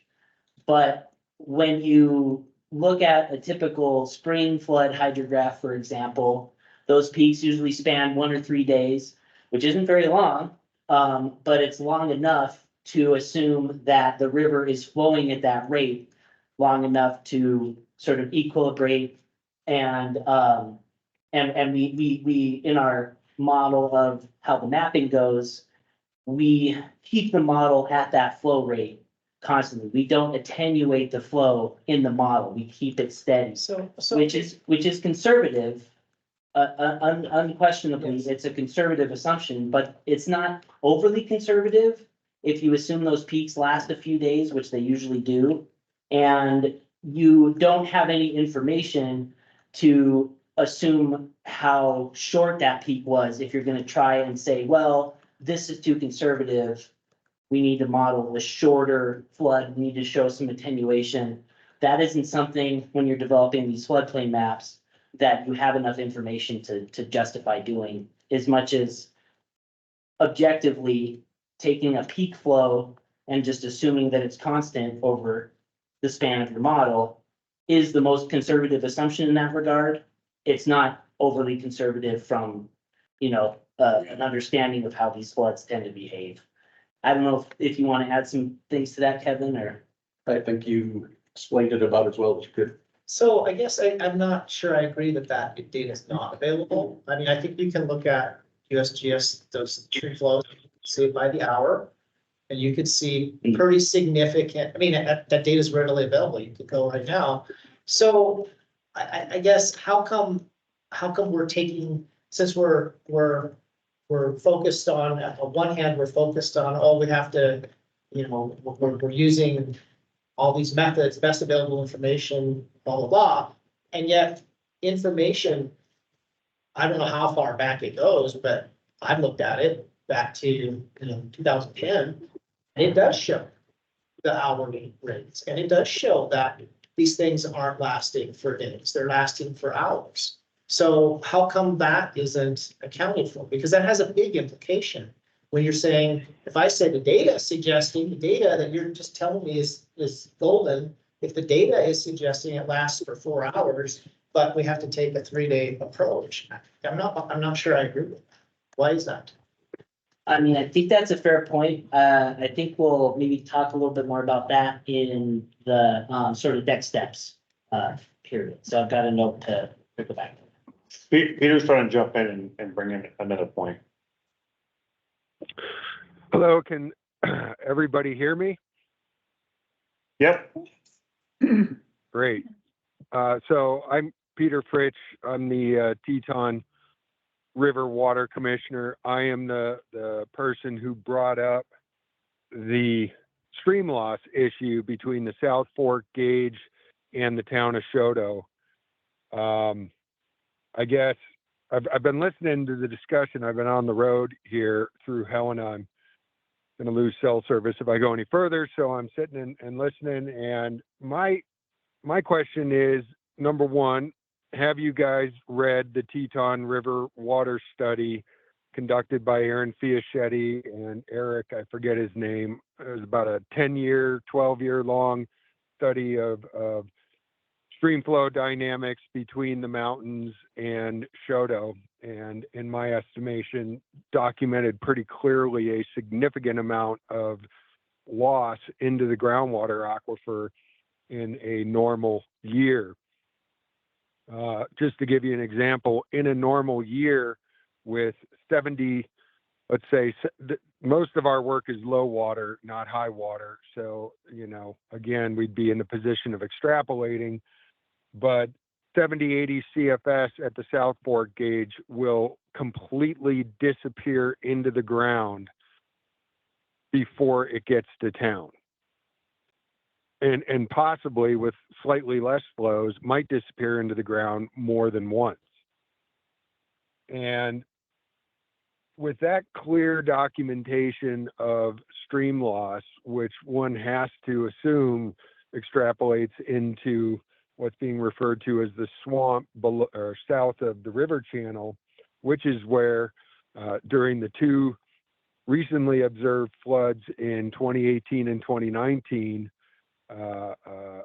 we saw a significantly different flow dynamic, 2018 being preceded by normal conditions, 2019 following on the heels of 2018, we experienced more significant flooding impacts in town in 2019 with less than 30% the peak flow at South Fork gauge than we did in 2018. I believe it's something in the neighborhood of 12,000 CFS in 2018 and 3.5 in 2019.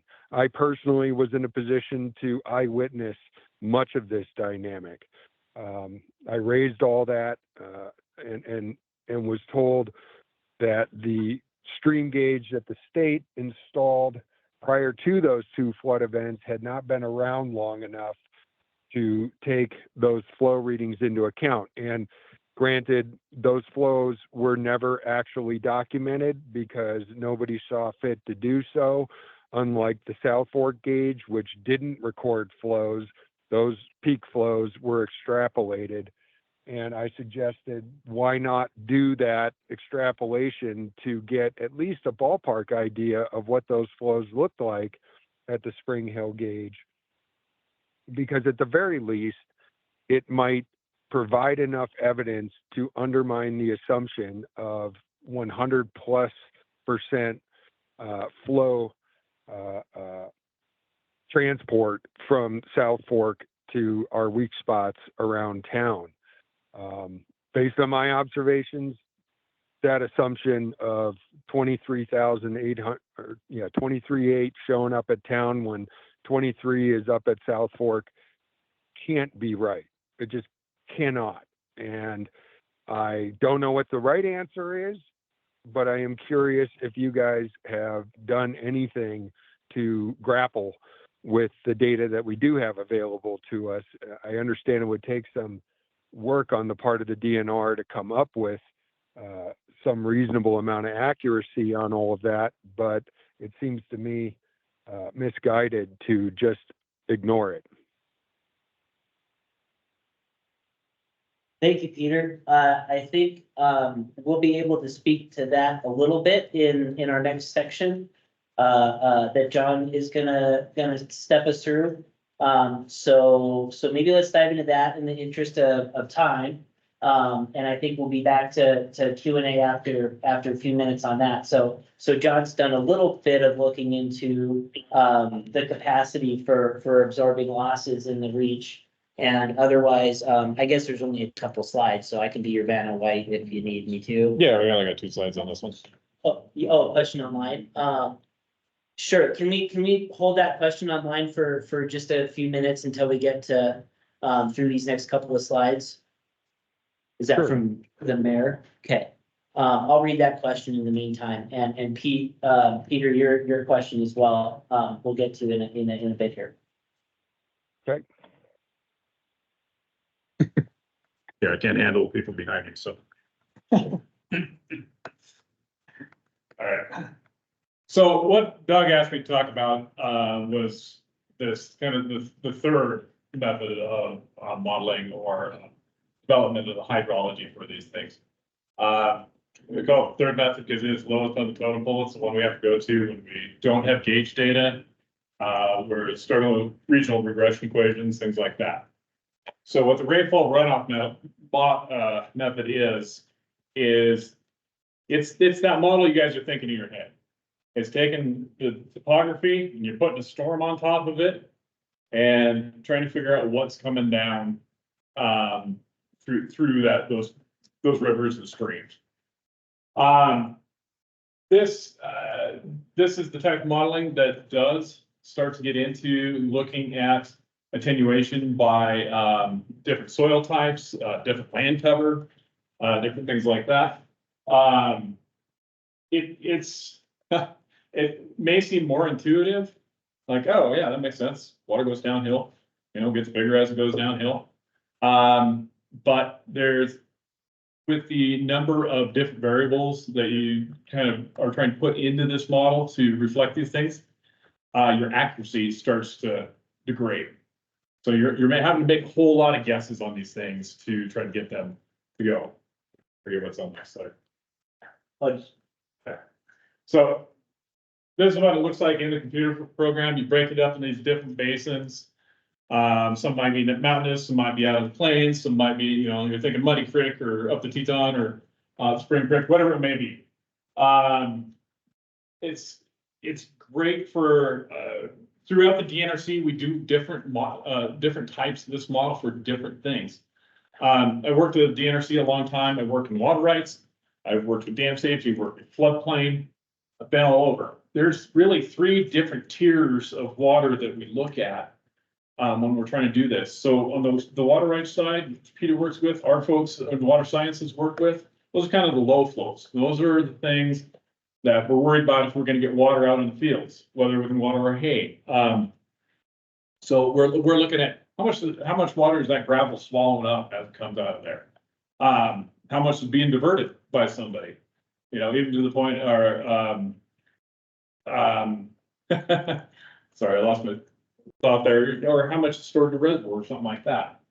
On the next level, we start talking the floodplain level. That's kind of like that, let's say 10-year event, you know, pretty good sized flood, something you're talking, in the range of that 2018 event. Or, and up to, let's say that 500-year event, something that getting in the range of the 1964 event or the 2022 flood in Yellowstone, you know, these big things. The other one we work with there is on the dam safety world. That's 500-year to the biggest storm you can think of possible. And that's what we design dams to. So I wanted to give that scale because it plays into how we develop these models. So in the DNRC, when we're looking at water rights stuff and we're developing, let's just on the Teton River as it goes down, we'd absolutely be looking at, okay, what does this gauge data look like at the South Fork? Okay, what's it look like as it's progressing downstream? Oh, we're losing, let's say 50% to the gravels in the stream bed as it's going down. Well, that's easily measurable. As that progresses downstream, you'd start to model, okay, how much is coming from, I'm going to do Muddy Creek. Is that the big one that comes in just downtown? That's Deep Creek. Deep Creek, sorry. Give me Deep Creek's Montana. So as that progresses, that's getting additive and you're taking water out of that. So that's where we would start taking into account that we're talking about when you start to drop off flows at a Deep Creek. When we start to get into the floodplain realm, these bigger flows, what we notice in these models is you really have to start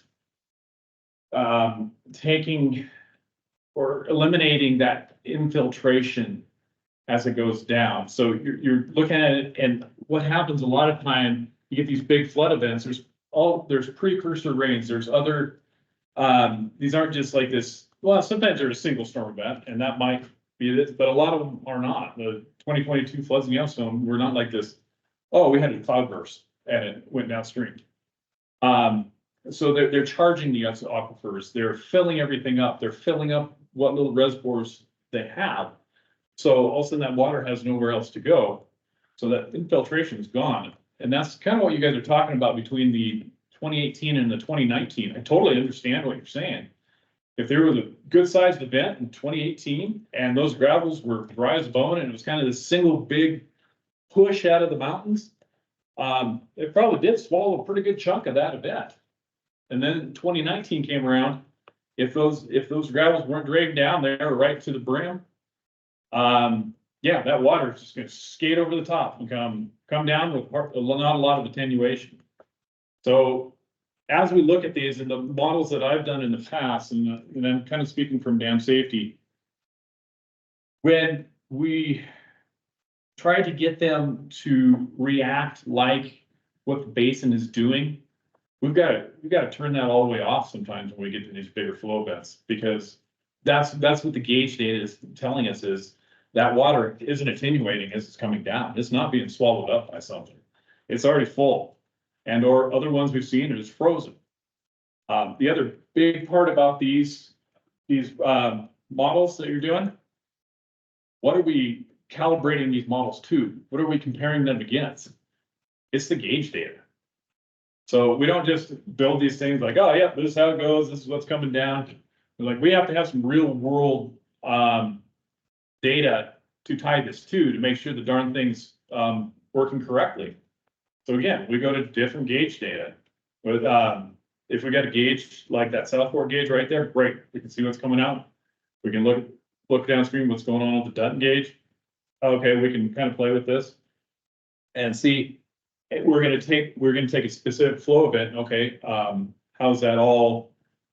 We're gonna play in those parameters in the model to make that close in on that. Say, okay, it's operating correctly. Now we can move it up or down to different flows.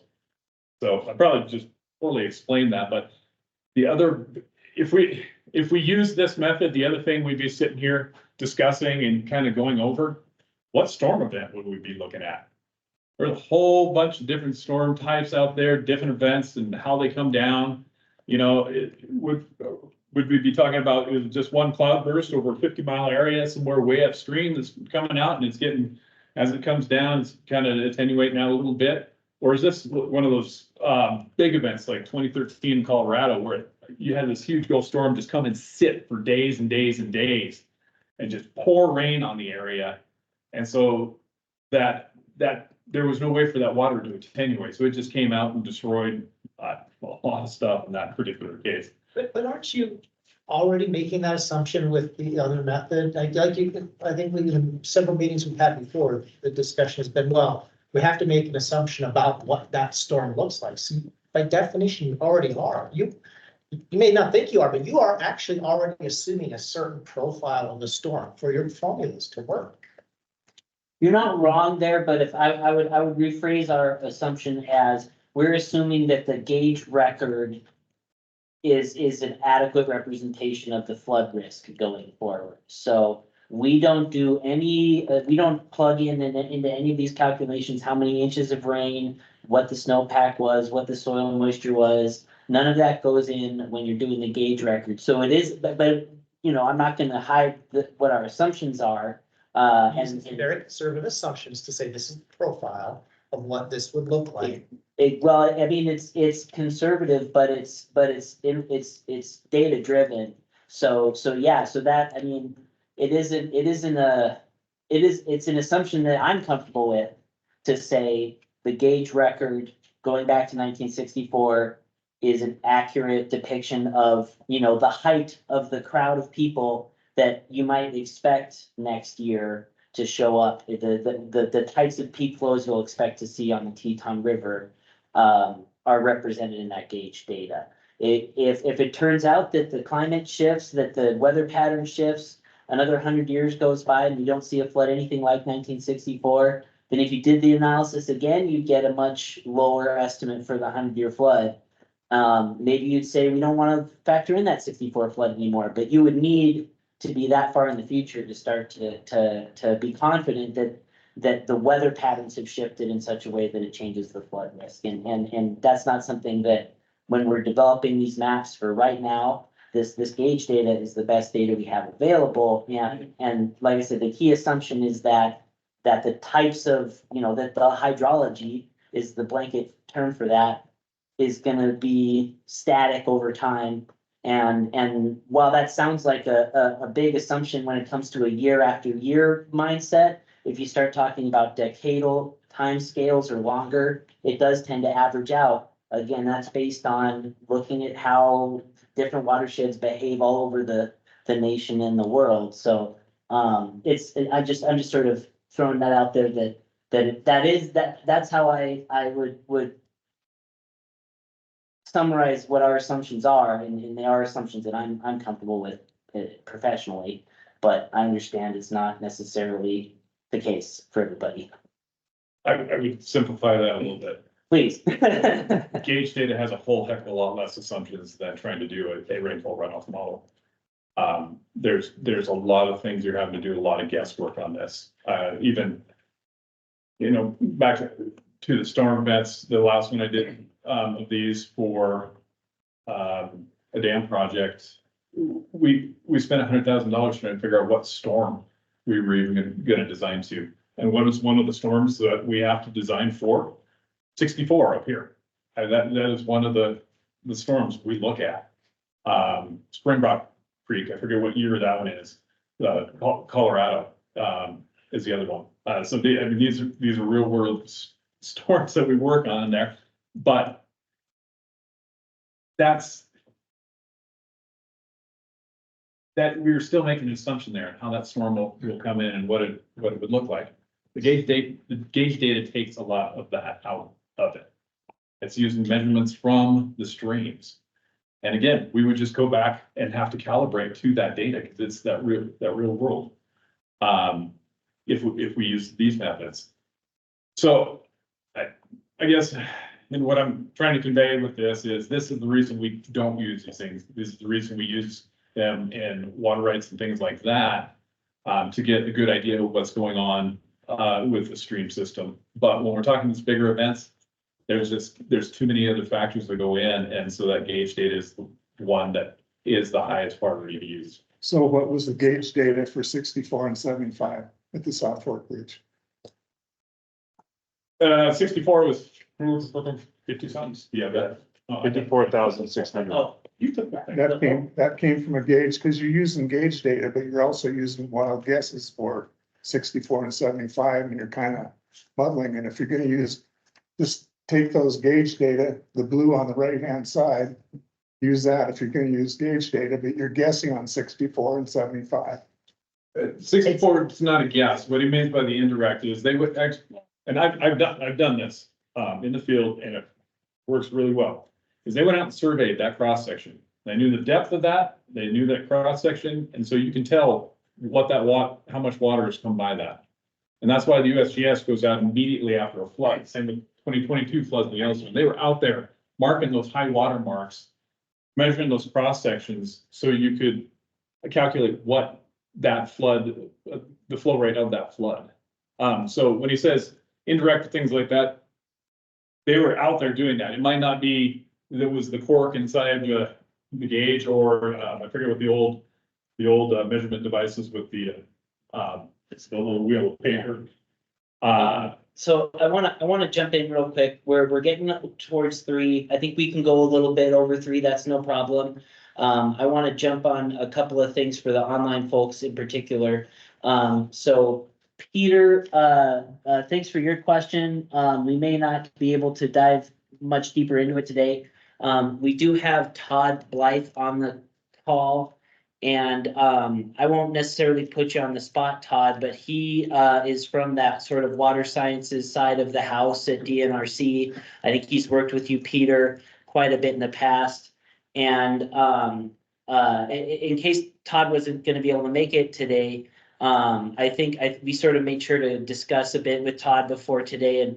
And in a nutshell, one of the important things that Todd pointed out in terms of differences between that water sciences group, their work, and our floodplain work is just these regulatory frameworks, and that'll be something we'll circle back around to soon here. So we have these FEMA regulations and guidance and standards that we're following, and other work, Peter, like the work that you mentioned that the water sciences group does, is under a completely different regulatory framework. It's another big Byzantine regulatory framework, of course.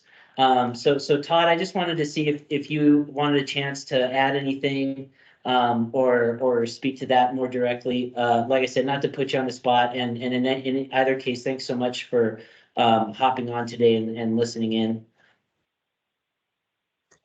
Yeah. Thanks for having me. Sorry I couldn't be there in person. I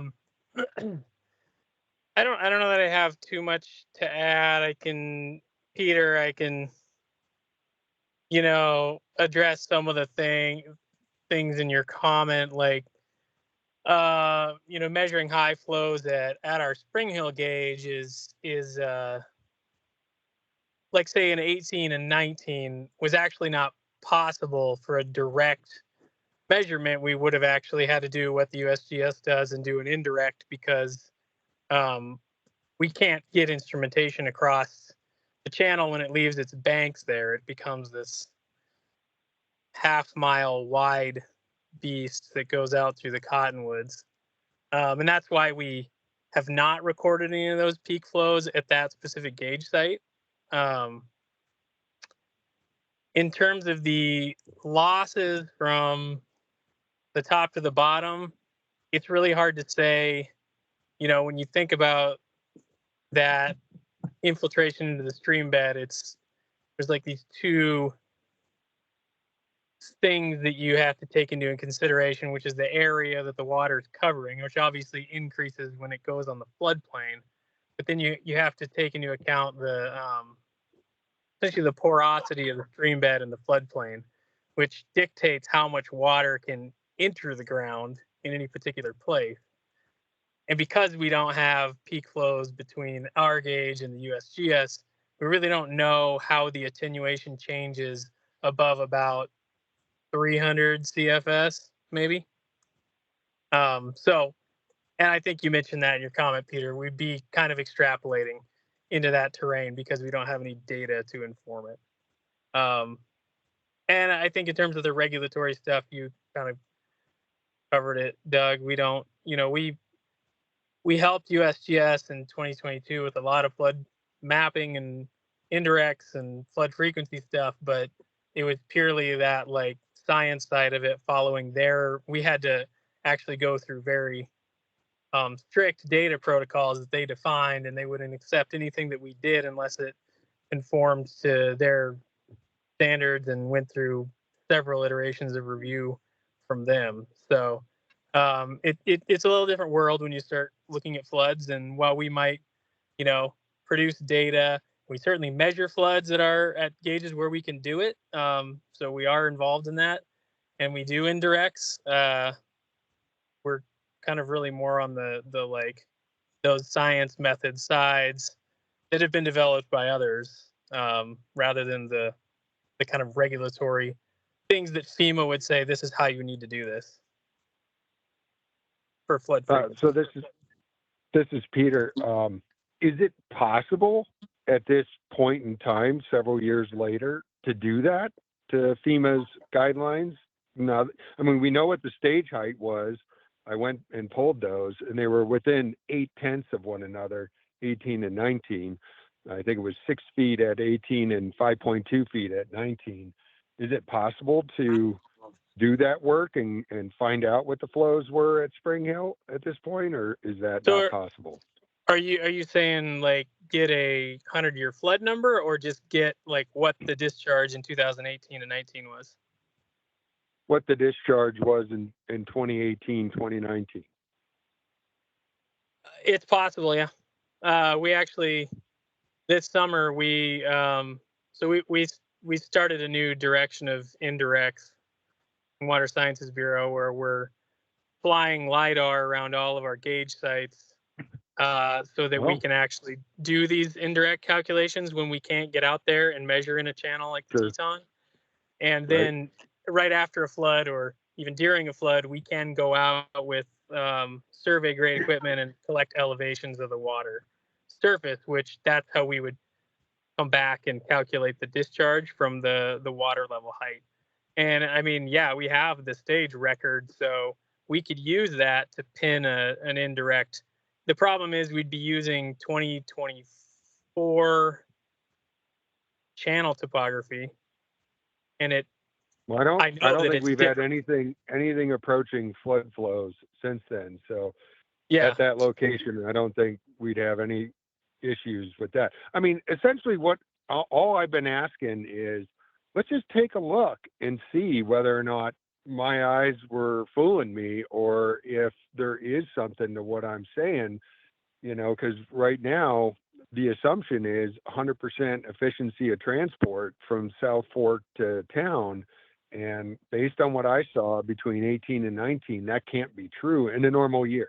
If you have an anomalous 2-year event like 18 and 19 was, but that seems to me to be quite rarer an event than what we saw in 2018. That's the norm, is, the soil is starved for water, and it is going to absorb in a largely consistent rate. Now, difference between 12,000 CFS and 23,000 CFS, as one of the fellows was alluding to, there's probably going to be more efficient transport, and we are treading into the realm of assumptions. But it sounds to me like from the very get-go, with a lot of these high water flows being indirectly measured, and there's assumptions built into all of that, it can't hurt to understand that.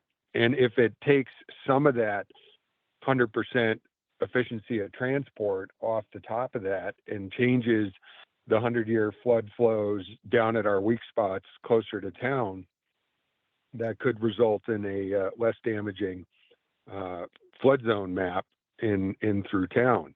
And that's the only reason why I brought it up, is I hope that there's just as honest an effort to try and figure out the reality of the Teton drainage. Every drainage is different, between Deep Creek, the main river, and Muddy Creek. They're all three different. Deep Creek is a much more efficient transporter of water from the mountains to town than is the main river, and Muddy Creek may even be worse. That creek goes into the ground completely unless you're getting a major flash of snow melt every year, within almost at the foot of the mountains, that creek, both Blackleaf and Muddy Creek disappear into the ground. They don't show up again above the surface for 20 miles to the east. East to 89 is where you really start to see that creek pop up again. So when you're down at Dutton and you're looking at those flows, all of that idiosyncrasy is lost. You aren't accurately capturing. And then, you know, somebody brought up the uniqueness of the events, and I understand that you can only do so much with that, but you know, that 18 rainstorm, we had 6 inches up at the Delwo's rain gauge. We had 8 or 9 at the Gleason rain gauge, and you go down into the Sun and they were pushing 11 or 12 inches. And, you know, so these things, when you get down to Dutton, all that stuff comes out in the wash, and you lose all that uniqueness of each event. And so all I'm asking, because I know you can't capture, like you said, you start chasing rabbits and the thing gets kind of twisted up in knots, and it becomes less useful than it might otherwise be. But the absorption rate of the gravels, the alluvial gravels along the Teton from the mountains to town, is a consistent reality that we ought to at least take a look at and see if once we put a number at those Spring Hill gauge through indirect measuring, whether or not that changes our calculation for town. I'm not second guessing the 23,000 number at South Fork. I just don't know that running from South Fork to Dutton accounts for what happens between South Fork and Shoto.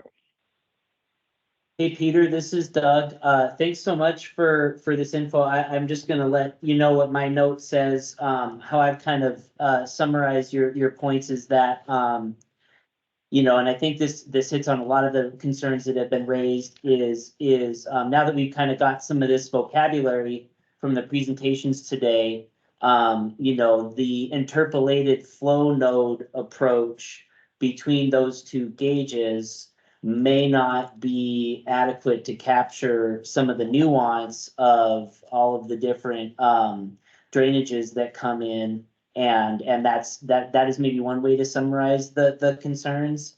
And we're sort of out of time for today, but just as a heads up, if you know, we're hoping to put together some additional material around the hydrology, like I mentioned, to address things we couldn't get to today. So we'll probably sort of encapsulate some of that in that way, in order to get back to you on at least some more information for you to see and review later.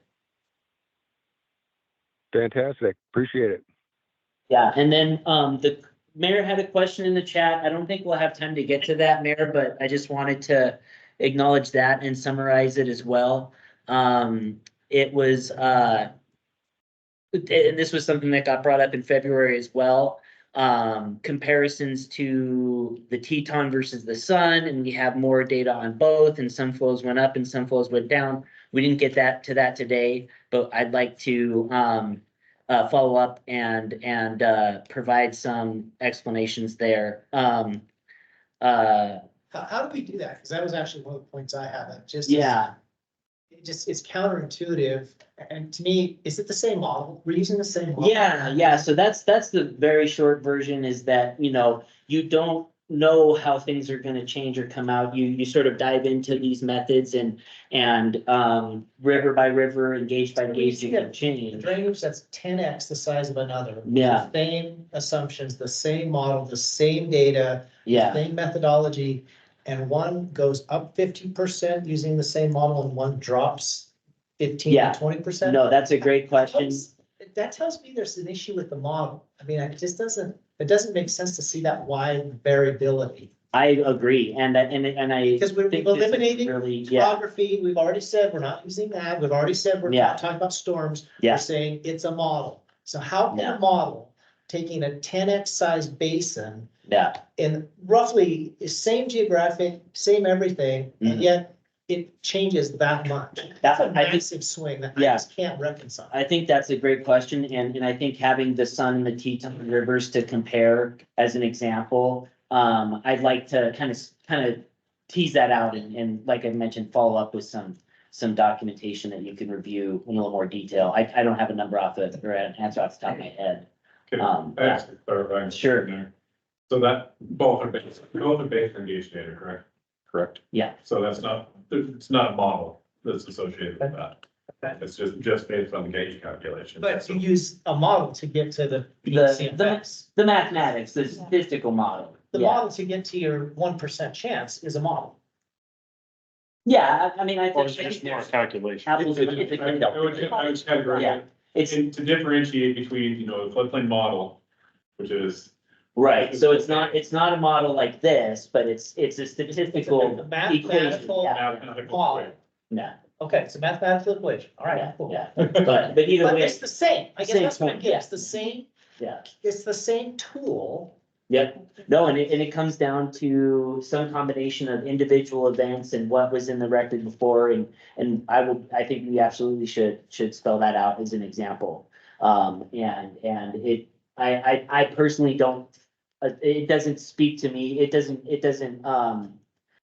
doesn't throw me for a loop personally, having seen how this plays out and engaging all over the state, but it's an absolutely fair question and one we can give you a concrete answer to. You threw out the Dutton gauge, you threw out everything aside, and you just looked at the Southport gauge and you did a model, what kind of flow rate would you have on that? So it would still be this. I mean, I guess if you throw out the Dutton gauge, I wouldn't know except for then it would probably be higher. No. I just went through that from 1949 to 2017, 68 years. Then I just roughed it out, 67 years times 4,000, and then added the 56,000 and the 12, roughly 12, came out 4,800 CFI on an average. So, I mean, it doesn't quite work out that way. I mean, so let's go back to this height analogy. We talked about the probability of someone showing up. Well, if you went out and you measured a basketball team's height and everybody was over 6'6", and you want to answer this question, how likely is it someone shows up? You'd say, wow, it's really likely. I think it's almost 100%. So the more data we throw out that isn't that 1964 flood is only going to increase our estimate of what we think that 1% flood is going to be based on the gauge record. So that's, that's pretty cut and dry from where I'm sitting. I understand it doesn't quite pencil out, but you gotta be pretty into the weeds to answer a question like you guys have about the Sun River. It's not a simple answer, but it's one we can get to. And I want to, like I said, I think we can stay a little longer and talk next steps, but I wanted to pause and obviously let anybody know if you wanted to head out for 3 o'clock or whatever. It is 3:15 if folks need to know and be anywhere else. We'll probably have to at least wrap up by 3:30 so that we can get back, but let's go ahead and cover a little bit of the next material we had. I think that was the only question there. Yeah, let's sort of get back to open Q&A after we talked a little bit more about some of these bigger picture updates. So next steps here, we have under the framework of these mapping updates, there's this step called the appeal process or appeal period.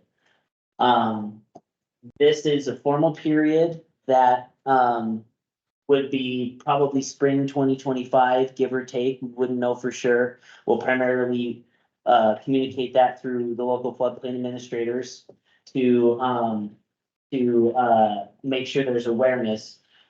And that is when appeals can be submitted to FEMA about the technical data. So some things that can constitute an appeal are finding errors in the technical data, or having new or better information.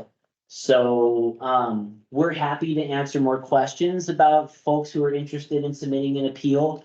You know, obviously it's our work that's being appealed, so that's a sensitive issue, but we, can do whatever's, you know, within our purview to make sure you're not barking up the wrong trees, so to speak, or at least give you our sense of that. So, barring that, the maps, at least with this hydrology, are gonna continue moving forward. However, we do have, a few items that, how I kind of framed it as being related to the hydraulics, that will have some additional follow-up. So from our point of view, that number in the hydrology is solid. It's not gonna change. But there are other items within developing the floodplain maps that have some more flexibility, such as that floodway. So I think folks are probably familiar with the floodway, and if you've reviewed those maps, there's a really extensive floodway on the Spring Creek side of town now, or in these new maps. And we do have some flexibility to reduce that floodway on Spring Creek by increasing the floodway on the Teton River a bit. So that actual elevation doesn't change of that floodplain. But we all know that those floodway zones are more restrictive, and that is something we'll be following up on more soon. More directly with the floodplain administrators, but we'll hopefully have, I suppose, some more concrete updates in time for this May open house. And we'll be following up more on that. So we also did look into the survey and elevation data, because there was concern raised about that data, and we didn't find any errors. But that's at the state of just sort of being a technical document in my inbox at this point, and we'll put together something a little more user-friendly for that. And generally speaking, you know, as far as the flows and these assumptions and some of these concerns, we regardless of how that pans out going forward, we would like to start shifting the conversation, so to speak, towards things like mitigating this flood risk and working on looking ahead to these maps and how those impacts can be mitigated and work with the community as best we can to facilitate that. You know, we're doing these projects all over the state. It's a lot to juggle.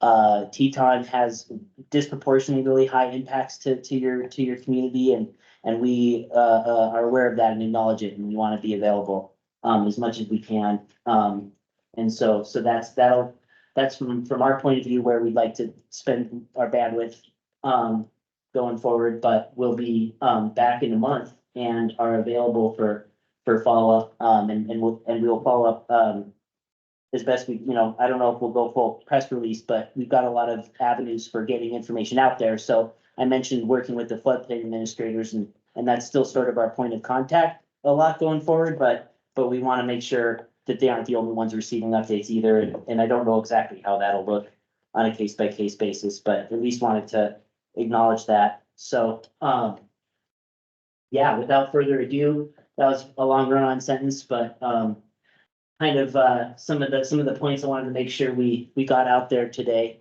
Yeah, we're sort of, I didn't put a question and answer slide here, but we're sort of back to this stage if we want to address a few of the items or circle back to them. Right when we started, you said that the assumption of the maps going forward would be for the May 29th meeting. What do you mean the assumption of the maps going forward? Well, so just we in any other project that we have, this open house is the same. And the way that it works is we work to make sure every property owner that's encompassed by the new floodplain map gets a notification of this open house. And it's primarily us sitting down and talking about some of the details on people's specific property. Maybe this building is sort of on the edge of the floodplain and there are tools to demonstrate that your house is above that elevation. It's called a letter of map amendment. So we'll explain processes like those. And so we, while it may still be an ongoing conversation, we don't want the focus of that meeting to be about sort of this hydrology topic, for example. And we also don't want to delay the open house. This was something that we discussed and the mayor sort of affirmed on that February meeting. Go ahead with the open house, get out here, see people face to face, is the plan. And then if there happens to be changes to the floodplain maps down the road, then we can follow up again later. So this May meeting is based on the maps as they currently are. And that's what we'll pull up with individual landowners. So that was a really long answer to your question, but if there are any additional changes after this May meeting, we'll follow up accordingly, but we'll be having this May meeting using those results that got rolled out last fall. So the meeting in May is just gonna be for individual landowners to talk with you about the impact of the map to them specifically? Yeah. Okay. What technical data will be accepted for, let's say we want to dispute, or we want to try to gather more technical data to try to get a more accurate risk assessment for the mitigation down the road. So Spring Creek has, let's just say 1,000 CFS flow that can handle right now due to the smaller bridges and culverts, right? Well, can you guys tell me that if we increase it to 10,000 CFS, how much would that reduce our floodway in the area and how much of that would reduce our floodplain? Or would we, need to build a new river to basically go back to the current floodplain we have right now? So just when we're going forward, what kind of data can you guys provide us on bathymetric surveys? Would that assist us in, we've got, I'm gonna forget their name all of a sudden. That's a great question. Yeah, so Great West, the contractors who did that hydraulics, they're already looking into a couple of, I guess you could say, low-hanging fruit options like that they see being a little bit more familiar with the model, and then we're gonna have a follow-up conversation so that we make sure we look at examples like that. So we're gonna, in this case especially, we're invested in helping you explore those options and do the technical work while we've got Great West on the hook, frankly. So that's our hope. I don't want to overpromise, but that's the plan. Oh, no, you're recorded. Yeah, no, I just. Well, I just can't, they may look into, there may not be any low-hanging fruit is what I'm trying to say. I don't know yet. And we're gonna know more soon and we'll follow up. So yeah, thanks for bringing that up. I didn't end up getting that in the slides here, but that's a part of the conversation going forward for sure. And then just one last thing. Sure. If Chris is telling, he can confirm it, but he has already gotten landowners contacting him stating that they're already getting, that are not currently in the floodplain or floodway, they are already getting hit with insurance. Without the NFIP being accepted, is that accurate? Because I know that the county and the city have not accepted this plan, and we still gotta go through the process for the next 2 years, basically. I mean, I can't really speak to that, but I am aware that an insurer can use whatever information they want to set or require your insurance or a lender. There is a requirement for flood insurance when you're in the regulatory FEMA floodplain, but that, a lender can set their own requirements for insurance in addition to that. So that may be in play, but I can't. So to clarify that, it's specific to the lender. If you own your house outright, there's no requirement. That's also very important and very true. There is no, if you own your house outright, even with. No, I understand that, but it's a federally backed insurance program, so obviously, worst case scenario, they're getting told that they have a loan on their property and they have to take the insurance.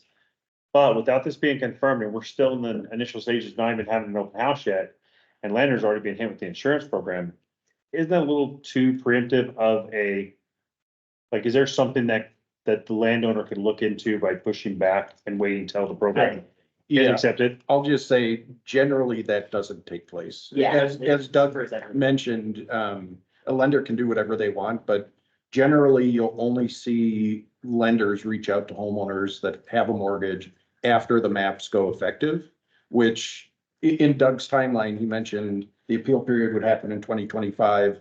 The maps don't go effective for another 9 months. Late after that. 2026? Yeah. Yeah, is the projected. Yeah. And that's what I'm saying is that he's already getting phone calls from landowners that are already being told that their properties will be taking on insurance for flood risk. I don't wanna. Based off draft yeah. data, so I didn't know if you guys had heard of that before, and No, that there's been a way a landowner That's could news to us. fight that, because we definitely aren't at risk this year. And that is, also a Tracy question, we, as we could call it, so don't be shy to follow up. I will shoot an email over to her and ask her that question. Nadine, I saw your hand. Do you have anything? Yeah, I was just gonna say that was a Tracy question, but she said that sometimes too, lenders can reevaluate their loans and they do that frequently. But like Doug and John alluded to, lenders can require flood insurance in any zone, even if it's in a low risk zone. That's up to them, and that's kind of their prerogative. Okay, thank you. If they do require it though, they'll be rated based on the current zone. Oh, okay, so if they're not actually currently in the zone, they'll be the 500 year, which would not require insurance. Or would have a lower rate. It'd have a lower rate. Lower rate, okay. Yeah. Yeah, any other questions? We've got a few more minutes certainly, but, thanks again, everybody, for your time. I know this was a lot of information, and it probably, some of it helpful, some of it not, but we, at the very least, really value these in-person conversations and want you to know that we're available for more questions or concerns. But at the same time, we want to be honest about, our assessment of the hydrology, our assessment of the maps, as having no errors or otherwise, concerns that are gonna hold up the project from our point of So view. in February, you said you went back and had it, in fact, I took notes on that. You said you went back and had the, flow, calculations checked. Yeah, Was that checked by the same people that created them? no, yeah, so, Michael Baker, these folks and others at their firm created the flows originally, and then, another contractor of ours, Dowell, did the review, so, and we can provide that review if we haven't already. They put together a report, that we can distribute. And also another thing, is just whether or not other methods are worth considering, which is, something that, comes up from time to time. So that was part of the review as well. I'll just reach out to you later with an email and stuff and figure out what else we can do, especially since we got economic headwaters and silver jackets coming on board at some point, I think. If that all gets confirmed, so. Well, we certainly appreciate you coming up in person. That's better than Zoom. Big time. Still didn't take away the sting, just so we're clear. And hopefully you can come back with some answers on some of the questions that were asked. And how things were calculated. Yep, and if you want if somebody's, Hulu and Netflix are expired and wasn't here today and is really curious about hydrology, they can watch this recording anytime. So. Well, thanks again. Thanks everybody for coming, so we'll adjourn. Yep.